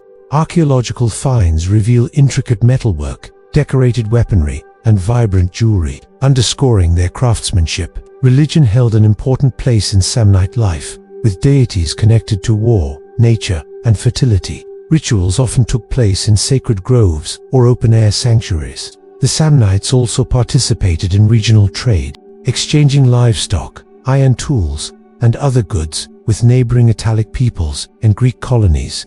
Despite their resilience, the Samnites ultimately succumbed to Roman expansion. By the early 1st century BCE, they were fully incorporated into the Roman state, though their reputation as skilled warriors endured. The legacy of the Samnites lives on in the military traditions and cultural influences they left within the broader fabric of Roman Italy. 37. Cimmerians, steppe warriors before the Scythians. The Cimmerians were a nomadic people who emerged from the Pontic-Caspian steppe around the 9th century BCE and became known to ancient civilizations for their raids and migrations. Their exact origins remain uncertain, but ancient sources place them north of the Black Sea, before they were driven southward by the expanding Scythians. By the late 8th century BCE, the Cimmerians began appearing in the records of Assyria, Urartu, and other Near Eastern powers.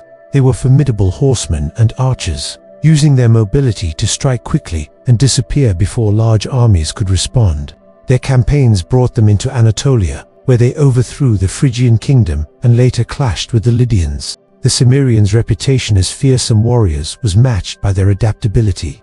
They were skilled in mounted combat, wielding composite bows and curved swords, and they maintained a mobile lifestyle centered around herding and seasonal migrations. Archaeological evidence of their material culture is sparse, largely consisting of weapons, horse gear, and burial sites scattered across the steppe and into Anatolia. Interactions with settled civilizations were often violent, but the Cimmerians also engaged in trade, exchanging furs, livestock, and possibly slaves for luxury goods and metalwork.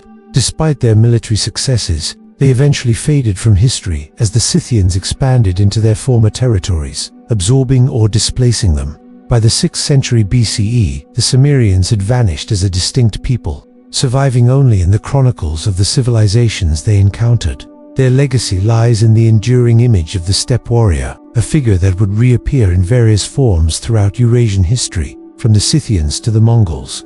38. Garamontes, desert city builders of Libya. The Garamontes thrived between roughly 500 BCE and 700 CE in what is now the Fezzan region of southwestern Libya. Living deep within the Sahara Desert, they created a flourishing urban society in one of the most inhospitable environments on Earth. Their survival depended on an ingenious parkerized system known as Foggara's underground channels that tapped into ancient fossil water reserves.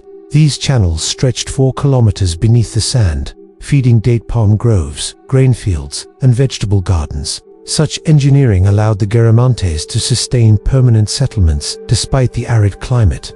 Their capital, Garama, modern Germa, was a bustling city with mud brick buildings, markets, and administrative centers. Archaeological excavations have revealed well-planned streets, fortified structures, and evidence of sophisticated governance. The Garamantes were also skilled traders, linking the Mediterranean world with sub-Saharan Africa. Caravans carried gold, slaves, ivory, and exotic animals northward, while Roman goods, olive oil, and wine traveled south. Though the Garamantes often clashed with Rome, they also engaged in diplomacy and commerce with the empire. Historical accounts depict them as fierce warriors who used light chariots to raid Roman territories. But archaeology reveals a society far more complex than just raiders. Their decline is attributed to the depletion of water reserves, climate shifts, and changing trade patterns. The Garamantes stand as a testament to human ingenuity in adapting to extreme environments, leaving behind ruins and irrigation systems that still intrigue archaeologists. 39 Lydia, inventors of coinage. Lydia, situated in the fertile and strategically vital region of western Anatolia, modern-day Turkey, flourished between the 7th and 6th centuries BCE and is credited with a world-changing innovation: the creation of the first known coins made from electrum, a natural alloy of gold and silver. This breakthrough in currency revolutionized commerce, replacing cumbersome barter systems with standardized, reliable trade tokens that allowed transactions to be faster, more secure, and widely accepted across regions. The capital city, Sardis, occupied a prime location along major trade arteries connecting the Greek world, the Persian Empire, and the Near East, becoming a glittering hub of wealth and influence. During the reign of King Croesus, Lydia achieved its zenith. Croesus became a near-mythic figure in antiquity, his name synonymous with legendary riches. His court patronized the arts, literature, and monumental architecture, leaving behind temples, palaces, and intricate metalwork that spoke to both Lydian skill and their cosmopolitan influences. Lydian artisans were renowned for their mastery in metallurgy, weaving, and luxury goods production, and their thriving marketplaces attracted merchants from far and wide. Religion played a central role in Lydian life. The mother goddess, Cybele, associated with fertility and nature, was deeply revered, and her cult shaped much of Lydia's spiritual identity. Lydian contact with Greek city-states encouraged a vibrant cultural exchange, influencing artistic styles, language, governance, and philosophical ideas. The kingdom's strategic position also meant it was both a crossroads for innovation and a target for expansionist powers. In 546 BCE, Lydia fell to the Persian Empire under Cyrus the Great, marking the end of its political independence. Yet the Lydians' contributions, especially their monetary, influencing Persian administration and eventually spreading westward into the Greek and Roman worlds, even under foreign rule. Lydia's legacy as the birthplace of coinage and a center of cultural fusion continued to shape the economic and artistic life of the ancient Mediterranean for centuries. 40 Sabaeans, biblical Sheba's real kingdom, the Sabaeans, centered in what is now Yemen, thrived from the 8th century BCE to the 3rd century CE, controlling the southwestern Arabian Peninsula. Known in biblical tradition as the Kingdom of Sheba, with the legendary Queen of Sheba who visited King Solomon, they became one of the wealthiest kingdoms of antiquity.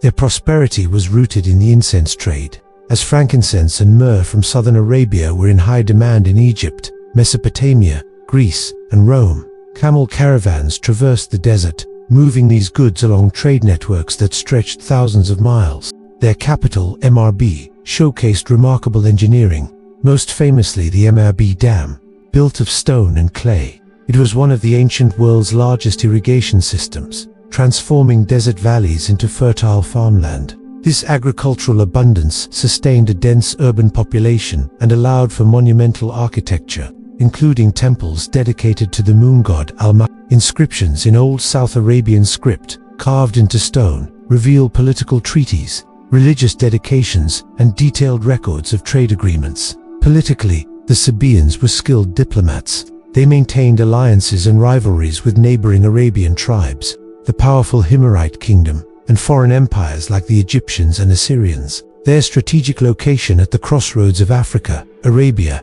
and the Near East made them cultural intermediaries, blending influences from across the ancient world. However, shifting trade patterns, particularly the rise of maritime trade and military pressure from rival kingdoms, led to their decline. By the 3rd century CE, the Sabaean state was absorbed into the Himyarite realm. Despite this, the legacy of their engineering achievements, economic networks, and cultural sophistication remains deeply embedded in Arabian history. Modern archaeological research at Marib and other Sabaean sites continues to shed light on the grandeur of this once mighty desert kingdom. 41. Mede Empire. Precursors to the Persians. The Medes arose during the 9th century BCE in the northwestern Iranian plateau, gradually uniting various Iranian-speaking tribes into a formidable political force. Assyrian records depict them as fierce warriors, especially skilled in cavalry tactics and archery, and as persistent foes who resisted imperial domination.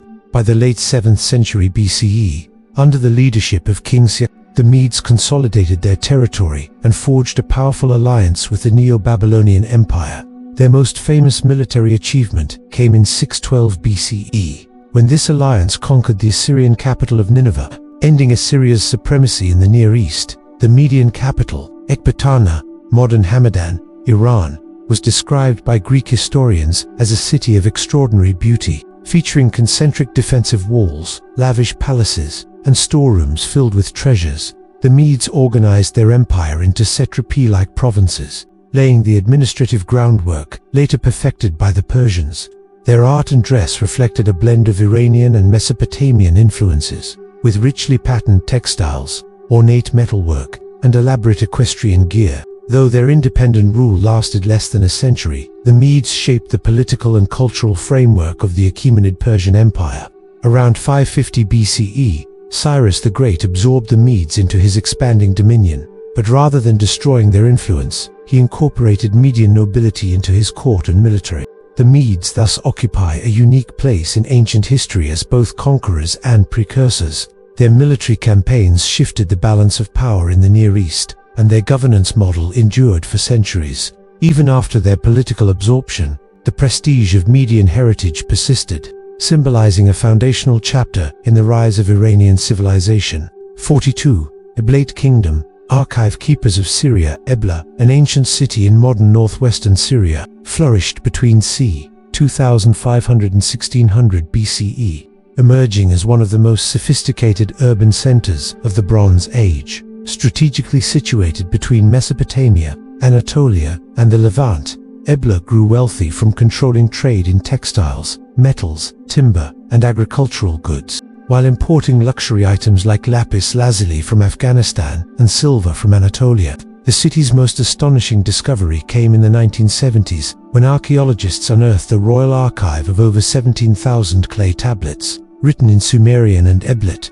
These texts cover diplomacy, trade agreements, administrative records, legal codes, and religious hymns. They reveal a society with a complex bureaucracy, extensive international relations, and a rich cultural life.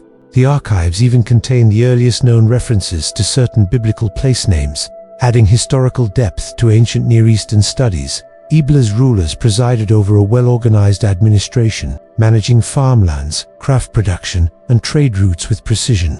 The city's temples and palaces reflected both economic prosperity and religious devotion, with deities such as Kura and Ishtar venerated in elaborate rituals. The wealth and influence of Ebla inevitably attracted rivals, and the city was destroyed likely by the Akkadian Empire, under Naram Sin B, for being rebuilt and flourishing again until its final decline around 1600 BCE today. Ebla's legacy lies in its unparalleled archives, which transformed scholarly understanding of early Semitic languages, statecraft, and urban development in the ancient world. Its story illustrates how a city's greatest treasure can be its written memory, preserved in clay for millennia. 43. Dacian Kingdom. Carpathian mountain warriors. The Dacian Kingdom, located in what is now Romania and Moldova, thrived between the 1st century BCE and the early 2nd century CE, surrounded by the formidable Carpathian Mountains. The Dacians developed a strong warrior culture, defending their lands from numerous invaders, including the expanding Roman Empire. Known for their distinctive curved swords called falques, the Dacians were feared for their ferocity in battle and their mastery of mountain warfare. Their capital, Sarmizegetus, Regia, served as both a political and spiritual center. It was fortified with a series of defensive walls and contained complex sanctuaries that reflected the Dacians' unique religious traditions, blending Indo-European and local beliefs. The Dacians worshipped deities such as Zalmoxis, a god of immortality, and revered the wolf as a sacred symbol of courage and unity. Dacia's economy was enriched by abundant natural resources, especially gold and silver, which attracted foreign interest. The Romans, under Emperor Trajan, launched two major campaigns against the Dacians in 101 to 102 CE and 105-106 CE. The Second War ended in the Roman conquest of Dacia, turning it into a province of the empire. This victory was immortalized on Trajan's column in Rome, depicting scenes of Dacian resistance and eventual defeat. Though absorbed into the Roman world, the Dacians left an enduring legacy. Their culture influenced local traditions, and their reputation as fierce defenders of their homeland persists in Romanian national identity.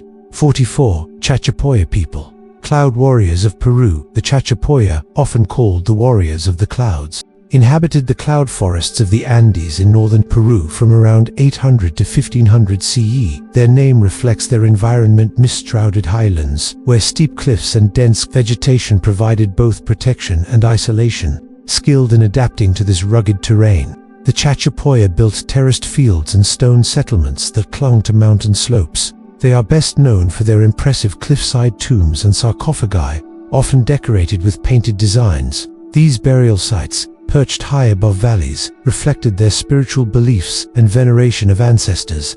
The Chachapoya also constructed large stone cities, such as a fortress-like settlement with massive walls and intricate architecture, sometimes called the Machu Picchu of the north. Renowned for their tall stature and distinct features, the Chachapoya were skilled warriors who fiercely resisted Inca expansion. However, by the late 15th century, they were conquered and incorporated into the Inca Empire.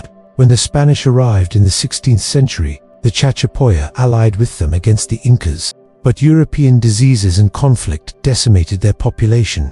Today, their legacy survives in archaeological remains and in the oral histories of local communities, who regard the Chachapoya as a symbol of resilience in the Andean highlands. 45. Uruk civilization. The first true city, the Uruk civilization, centered in southern Mesopotamia, flourished from around 4000 to 3100 BCE, and is often credited with giving rise to the world's first true city. Uruk, situated along the Euphrates River, Uruk became a hub of trade, religion, and administration, with a population possibly exceeding 50,000, unprecedented for its time.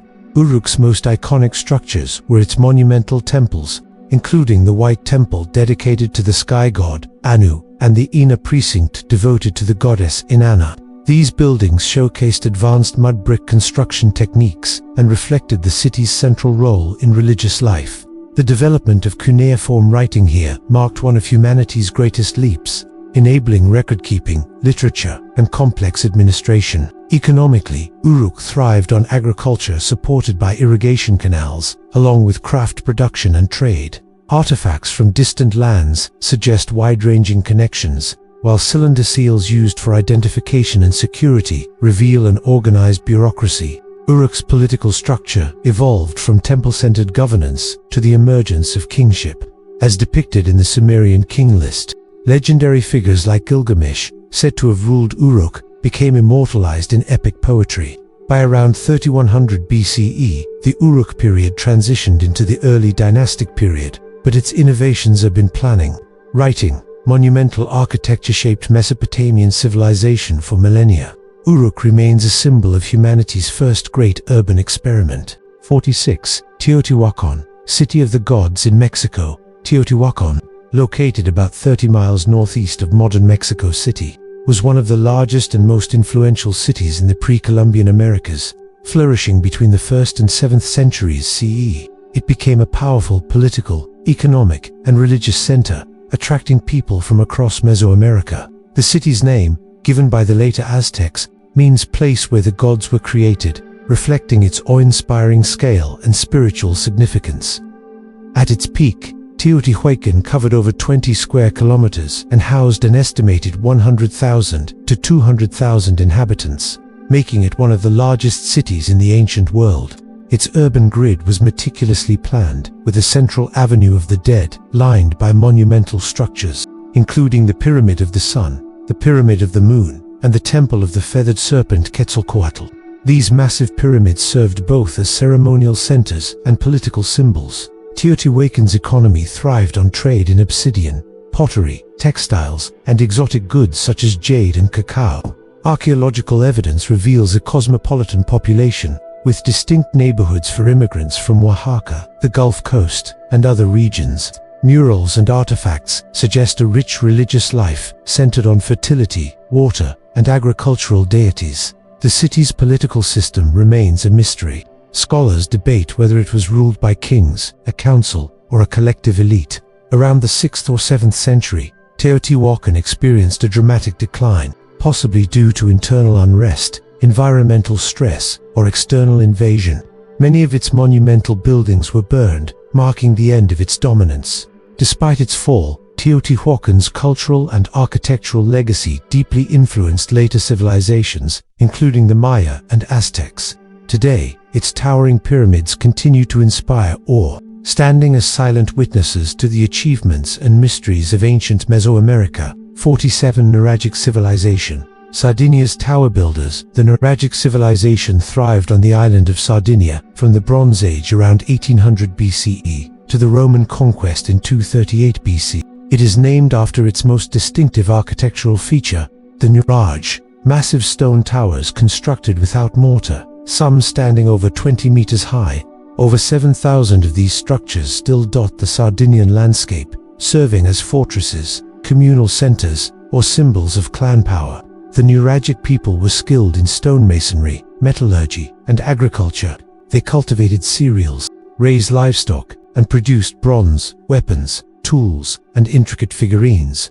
Trade connections extended across the Mediterranean, reaching as far as Mycenaean Greece, the Iberian Peninsula, and possibly the Levant. Archaeological finds include imported ceramics, amber, and other luxury goods, indicating Sardinia's integration into ancient trade networks. Nuragic society appears to have been organized into clans or chiefdoms, each controlling a territory marked by Nuragian villages. Religious practices included rituals at sacred wells and temples dedicated to water worship, highlighting the importance of springs and rainfall in sustaining life on the island.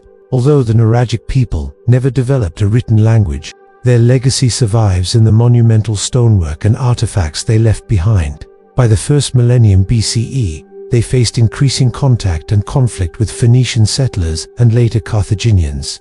The Roman conquest ultimately absorbed Sardinia into a larger imperial system, but the distinctive nuragi remained as enduring symbols of the island's prehistoric heritage. The Nuragic civilization's mysterious towers continued to fascinate archaeologists, offering clues to the social organization, engineering skills, and cultural identity of one of the Mediterranean's most enigmatic ancient peoples. 48. Pazyryk culture. Siberia's tattooed horse riders. The Pazyryk culture flourished in the Altai Mountains of Siberia during the 5th to 3rd centuries BC, known primarily through exquisitely preserved burial mounds kurgans found in the permafrost.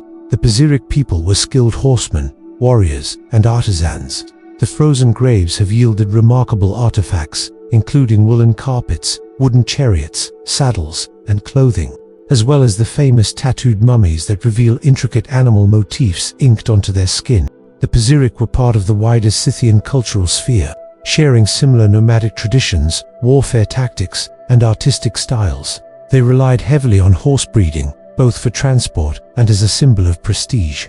Their art, often depicting stylized animals like stags, eagles, and mythical creatures, reflects a deep spiritual connection to nature and the steppe environment. Trade brought the Pazyryk in contact with distant civilizations such as Persia, China, and Greece.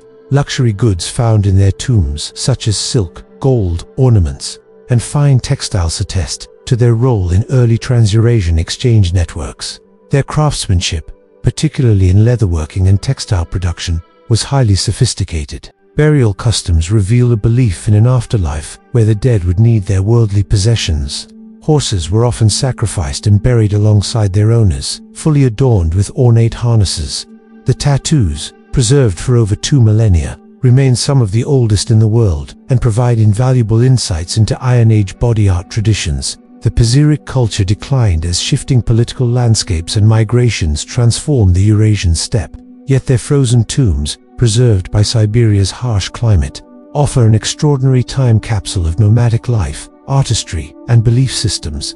Today, they stand as one of archaeology's most vivid windows into the world of ancient steppe societies. 49. Banpo culture.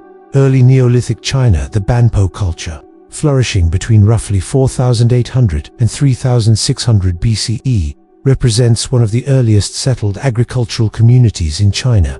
Discovered in 1953 near Shan in Shanxi province, the Banpo site has provided invaluable insight into the Yangshao culture, a broader Neolithic tradition in the Yellow River Basin. The settlement covered around 50,000 square meters and was surrounded by a defensive moat, indicating concerns about security even in early farming societies. Banpo people cultivated millet as their staple crop, supplemented by hunting, fishing, and foraging. They domesticated animals such as pigs and dogs, creating a mixed subsistence economy. Their houses were typically with thatched roofs supported by wooden beam structures that offered insulation during harsh winters. Archaeologists have uncovered pottery kilns, communal storage facilities, and specialized workshops, suggesting a high degree of social organization and craft specialization. One of the most distinctive aspects of Banpo material culture is its painted pottery, often decorated with geometric designs, fish motifs, and human faces. These designs may have held symbolic or ritual significance, possibly linked to fertility or agricultural cycles. Burial practices at Banpo reveal social differentiation. Adults were buried in individual graves, while children were often interred in urns beneath house floors, a custom hinting at beliefs in ancestral protection. The Banpo culture eventually declined as populations migrated and adapted to changing environmental conditions, giving way to later Neolithic cultures in the region. However, its legacy endures as a foundation of early Chinese civilization, demonstrating the transition from nomadic life to settled, organized communities. 50. Magan civilization. Ancient Oman's copper traders. The Magan civilization, active from roughly 2600 to 1800 BC, occupied what is now Oman and parts of the United Arab Emirates. It is best known from Mesopotamian records, where Magan was praised for its high-quality copper and diorite. This mineral wealth fueled a robust trade network, linking Magan with Sumer, the Indus Valley, and other ancient centers. Strategically located along maritime routes in the Arabian Sea, Magan's people were skilled seafarers, navigating long distances to exchange copper, stone, and possibly frankincense for textiles, grain, and luxury goods. Archaeological sites such as Bat, Al-Khatum, and Alenia, UNESCO World Heritage Sites, reveal stone tombs, beehive-shaped structures, and settlements that reflect both prosperity and architectural ingenuity. Magan society seems to have been organized into small chiefdoms, with control over copper mines in Oman's Hajar Mountains being central to power and wealth. Smelting sites have yielded slag and furnace remains, offering direct evidence of advanced metallurgical skills for the period. Environmental changes and shifting trade dynamics eventually weakened Magan's dominance. By the early 2nd millennium BCE, the region's role as a copper supplier diminished, possibly due to competition from other sources or overexploitation of mines. Nevertheless, Magan's maritime prowess and metallurgical achievements left a lasting imprint on Arabian and Near Eastern history, standing as a testament to early long-distance trade and resource-based economies. 51. Ubaid culture. Pre-Sumerian builders. The Ubaid culture c. 6500–3800 BCE laid the groundwork for the later rise of Sumerian civilization in southern Mesopotamia, emerging in the marshy delta between the Tigris and Euphrates. The Ubaid people were among the first to establish permanent settlements in this region. They pioneered large-scale irrigation systems, taming the unpredictable rivers to support agriculture in what would become the Fertile Crescent. Their mastery of canal building and water control turned arid floodplains into productive farmland, sustaining a growing population. Architecturally, the Ubaid period saw the construction of some of the earliest monumental buildings, including multi-room temples with central halls precursors to the ziggurats of later Mesopotamia. These structures, made of mud brick and decorated with clay cones, reflected a growing religious hierarchy. The Ubaid also developed distinctive painted pottery, featuring geometric and natural motifs in green, brown, and black pigments. Social organization during the Ubaid period appears to have been relatively egalitarian at first, but became increasingly stratified over time. Evidence from burials and settlements suggests emerging leadership roles, likely tied to religious authority and control over irrigation. Trade networks extended from the Persian Gulf to Anatolia, with Ubaid ceramics found as far as present-day Oman and the Levant. These connections facilitated cultural exchange and resource acquisition, particularly for materials not locally available. By around 3800 BCE, the Ubaid culture transitioned into the Uruk period, which marked the beginning of urbanization and the development of writing. Yet many hallmarks of Mesopotamian civilization, agriculture, monumental architecture, religious centrality, and long-distance trade were already present in Ubaid society. In many ways, they were the Proto-Sumerians, quietly laying the bricks, canals, and cultural blueprints for one of the world's first great civilizations. 52. Harran Moon Cult. Temple city of Mesopotamia. The city of Harran, located in what is now southeastern Turkey, was one of the most enduring religious centers in ancient Mesopotamia. Known from the 3rd millennium BCE onward, Harran became famous for its devotion to Sin, the Mesopotamian moon god. Its very name means crossroads in Akkadian, reflecting its location on vital caravan and trade routes connecting Mesopotamia, Anatolia, and the Levant. Harran's most prominent feature was its massive moon temple, Ehol Hul House of Joy, which drew pilgrims and dignitaries from across the Near East. This temple served not only as a religious hub, but also as a center for astronomy, divination, and scholarly learning. Priests of Sin were known for tracking celestial movements and interpreting omens, intertwining religion with early science. Over centuries, Harran's strategic location made it a prize for empires. It was controlled at various times by the Assyrians, Babylonians, Persians, Romans, and eventually Islamic caliphates. Despite these political changes, the moon cult persisted, remarkably surviving well into the early Islamic period, long after most Mesopotamian religions had faded. The architecture of Harran included not only its monumental temple, but also unique, beehive-shaped houses that have persisted in the region for millennia. These distinctive mud brick dwellings, with their conical roofs, offered excellent insulation against the region's extreme temperatures. Harran's role as both a spiritual and intellectual center ensured its influence far beyond its walls. Even in late antiquity, it was a refuge for pagan scholars, preserving ancient knowledge. The persistence of the Harran moon cult highlights the deep-rooted traditions of Mesopotamian religion and its remarkable resilience in the face of changing political and cultural landscapes. 53. Rapa Nui builders. Easter Island's Moai makers. The Rapa Nui people of Easter Island, a remote volcanic outpost in the southeastern Pacific, are best known for their colossal stone statues called moai. Settled around 1200 CE by Polynesian voyagers, the islanders developed a complex society centered around ancestor worship and monumental stone carving. The moai, some weighing over 80 tons, were carved from volcanic tuff in the Rano Raraku quarry and transported likely using wooden sledges, ropes, and coordinated manpower to ceremonial platforms known as ahu along the coastline. These statues represented deified ancestors, serving as spiritual guardians and symbols of clan prestige. Each moai faced inland, watching over the living community, while their backs turned to the sea, connected them symbolically to the ancestors' homeland. The construction of these monuments required immense social organization, craftsmanship, and resources. Easter Island's isolation meant that its inhabitants relied entirely on local materials, which contributed to significant environmental changes. Extensive deforestation, likely due to the need for timber in moving statues and building canoes, led to soil erosion and reduced agricultural productivity. This environmental stress, combined with internal conflict, eventually halted moai construction by the late 17th century. Despite these challenges, Rapa Nui culture persisted, adapting through periods of scarcity and external contact. The arrival of Europeans in the 18th century brought new influences, but also devastating diseases and slave raids that drastically reduced the population. Today, the Moai and Ahu remain as enduring symbols of Rapa Nui, ingenuity, artistry, and spiritual devotion. The island is a UNESCO World Heritage Site, and its people continue to preserve their heritage through language, dance, and carving traditions. The Rapa Nui story serves as both a testament to human creativity in isolation and a cautionary tale about environmental stewardship. 54.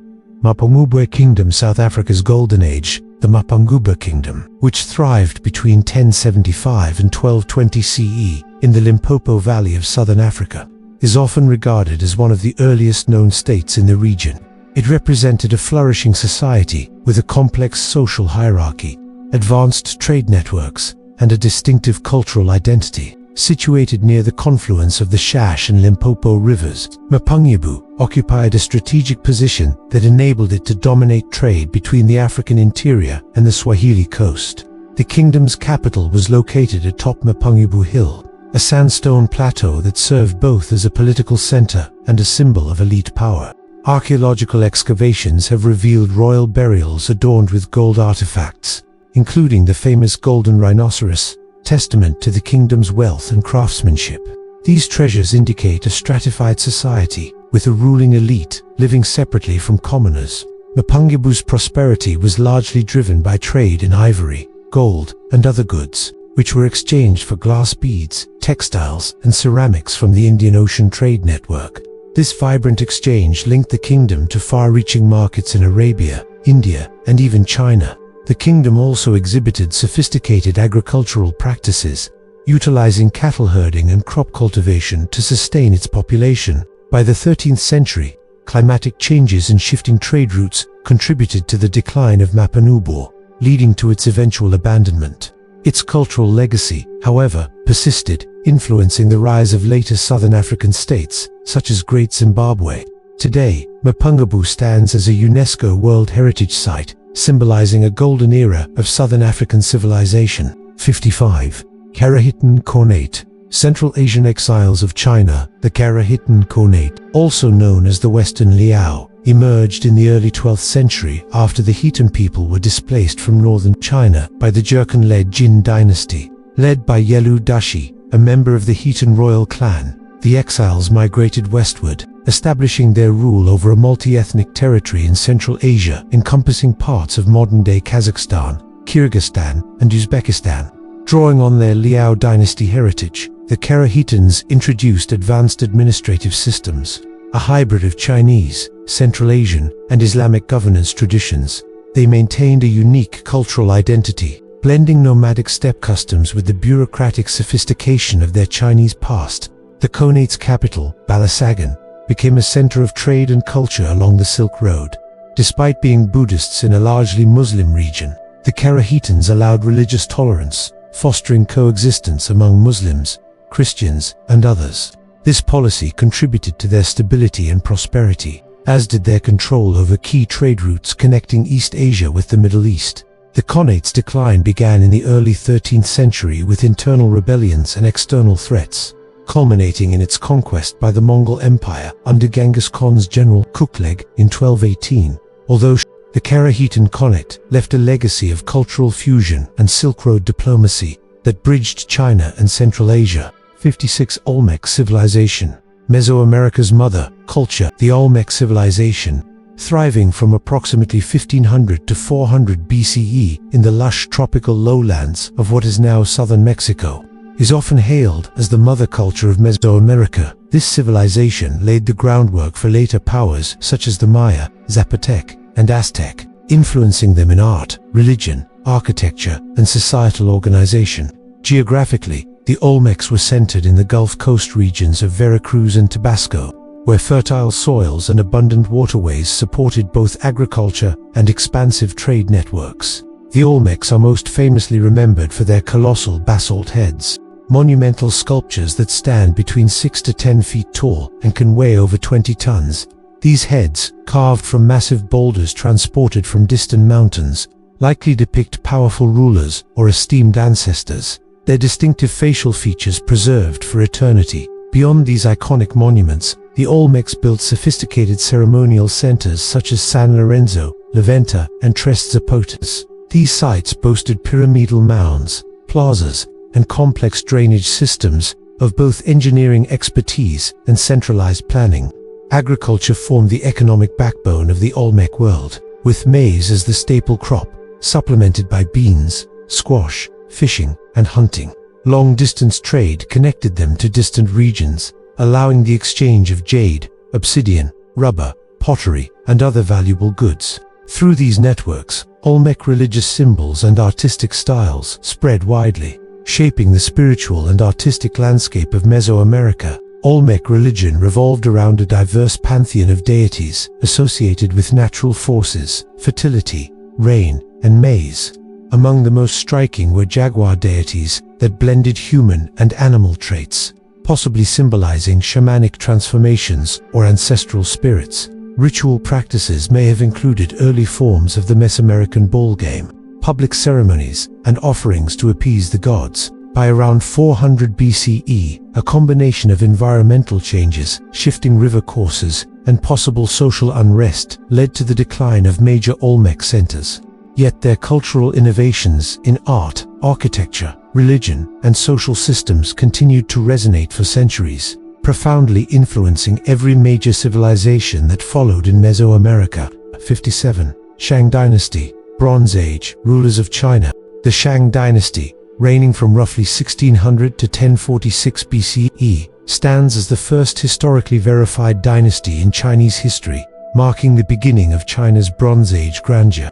Located along the fertile plains of the Yellow River in northern China, the Shang built a powerful and centralized state defined by military strength, advanced metallurgy, and a complex system of governance. Their capital shifted over time, but the city of Anyang remains the most famous archaeological site, revealing the dynasty's opulence and ritual sophistication.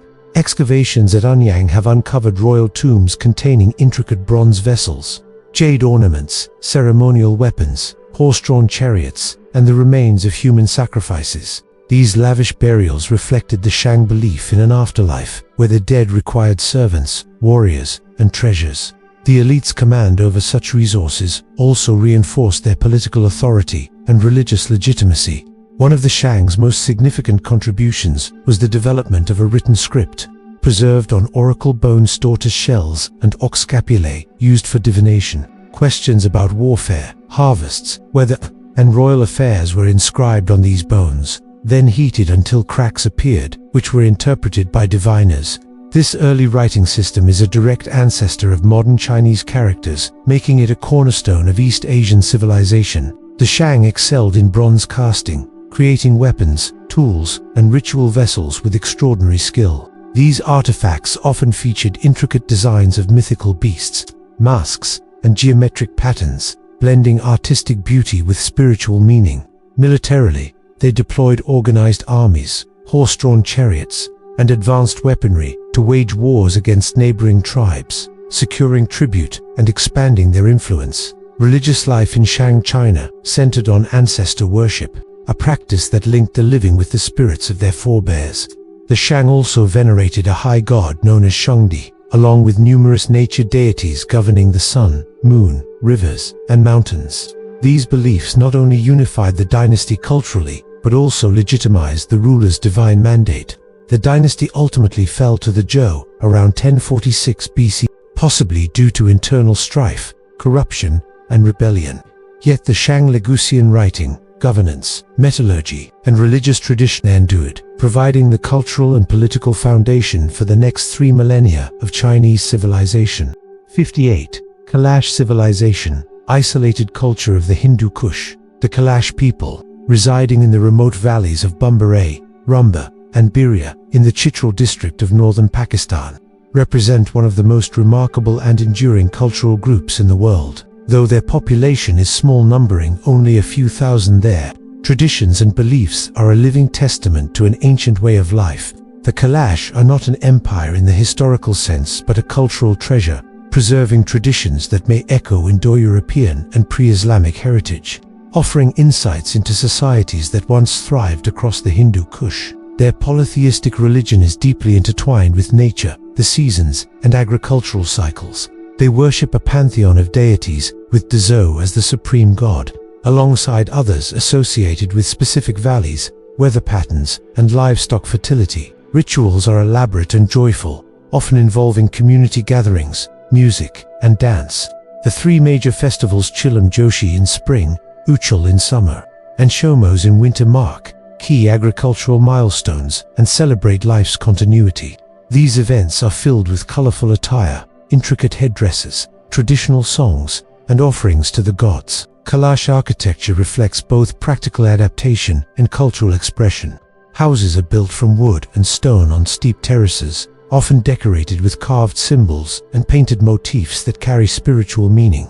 Social life revolves around strong communal bonds, reinforced by shared labor, oral traditions, and storytelling. These oral narratives preserve myths of creation, genealogies, and legendary exploits, serving as the community's historical memory. The Kalasha language, a member of the Dardic branch of the Indo-Aryan family, is unique to the valleys and distinct from surrounding tongues. Genetic studies hint at ancient Central Asian connections, while local folklore speaks of descent from the soldiers of Alexander the Great, a romantic but debated claim. Isolated for centuries by their mountainous homeland, the Kalash resisted assimilation and maintained their customs despite political and cultural pressures. Today, modernization, tourism, and changing economic realities are influencing their way of life. Yet, through their vibrant festivals, resilient traditions, and strong sense of identity, the Kalash remain a living link to an ancient cultural mosaic that once spanned the Hindu Kush. 59. Lothal Port City, Harappan maritime hub. Lothal, situated in present-day Gujarat, India, was one of the most significant urban centers of the Indus Valley Civilization, flourishing between approximately 2400 and 1900 BCE. Its fame stems from its remarkable city planning, skilled craftsmanship, and exceptional maritime capabilities. Perhaps its most celebrated feature is the massive dockyard, believed by many archaeologists to be the earliest known in the world, constructed with baked bricks and connected to the Sabarmati River via a man-made channel. This engineering marvel allowed seagoing vessels to berth safely, enabling long-distance maritime trade with far-off lands such as Mesopotamia and the Persian Gulf. The facility demonstrates the Harappan's deep understanding of tidal movements, hydraulic engineering, and navigation, making Lothal a jewel of ancient commerce. Beyond its role as a trading hub, Lothal's prosperity was powered by its vibrant craft industries. Workshops buzzed with activity as artisans shaped delicate carnelian beads, cut and polished semi-precious stones, wove fine cotton textiles, and carved intricate designs into ivory and shell. These products were highly sought after abroad, cementing Lothal's place in an early global economy. Archaeological finds show sophisticated bead drilling techniques using tools, evidence of advanced metallurgy, and masterful lapidary work. The urban design of Lothal reflected Harappan precision. Streets followed a strict grid plan, flanked by standardized baked brick buildings. An advanced drainage network channeled wastewater away from residential zones, preventing disease and maintaining public hygiene. Large granaries stored surplus grains, ensuring food security and supporting population growth. Public baths, water reservoirs, and wells reveal an emphasis on sanitation and civic amenities. The discovery of numerous seals bearing the Indus script, many depicting animals or religious symbols, indicates a complex administrative system for recording transactions and perhaps for regulating trade and taxation. Maritime trade at Lothal was evidence suggests that merchants exported beads, cotton, cloth, and ornaments in exchange for copper, tin, and other raw materials. Links with Mesopotamian cities are attested by inscriptions mentioning Meluha, believed to refer to the Indus region. Such exchanges spread not only goods but also cultural influences across thousands of kilometers. Lothal's decline appears to have been gradual, likely caused by the shifting course of the Sabarmati River, which reduced access to the sea, coupled with the broader collapse of the Indus Valley Civilization. Despite its eventual abandonment, the legacy of Lothal endures as a symbol of ancient innovation. It offers invaluable insights into the Harappan's maritime technology, urban planning, and ability to integrate local industries into an expansive network of international trade centuries before the rise of later seafaring empires. 60 Qin Kingdom, China's first imperial unifier. The Qin Kingdom emerged during China's tumultuous warring states period, 475 to 221 BCE, rising from its stronghold in the rugged Western territories. At first, Qin was dismissed by rival states as a distant, militaristic backwater. Yet through generations of shrewd leadership, military innovation, and social reforms, it transformed into a formidable power. Under King Yingzheng's iron will, the Qin army swept across China, defeating all rivals. In 221 BCE, Yingzheng declared himself Qin Shi Huang, the first emperor issuing in a new era as the first ruler to unify the Chinese world under a centralized imperial state. Cliff's Qin rule rested on the strict doctrines of legalism, which demanded absolute authority, harsh punishments, and meticulous organization. To bind the vast empire together, the Qin standardized weights, measures, currency, and even the written script, ensuring that merchants, officials, and scholars across thousands of kilometers could communicate and trade efficiently. The empire abolished the old feudal system, replacing hereditary lords with appointed governors directly loyal to the throne, reinforcing imperial control over every province. Determined to secure and expand the realm, the Qin launched colossal infrastructure projects. These included the first large-scale linking of defensive walls into what became the Great Wall, designed to repel northern nomadic incursions. They also built thousands of kilometers of roads and canals, knitting the empire together for swift military deployment and efficient governance. The crowning achievement of Qin Shi Huang's ambition was his vast mausoleum, guarded by the world-famous terracotta army, over 8,000 life-sized warriors, horses, and chariots, each uniquely detailed, standing in eternal vigilance for their emperor in the afterlife. Yet the dynasty's brilliance was matched by its severity. Massive conscription for building projects, relentless taxation, and draconian laws bred resentment among the populace. Upon Qin Shi Huang's death in 210 BCE, rebellion flared across the empire. Within just 4 years, in 206 BCE, the once unshakable dynasty crumbled under the weight of its own rigid rule. Despite its brevity, the Qin dynasty forged the blueprint for imperial China's governance, administration, and identity, an enduring legacy that shaped the nation for over 2,000 years.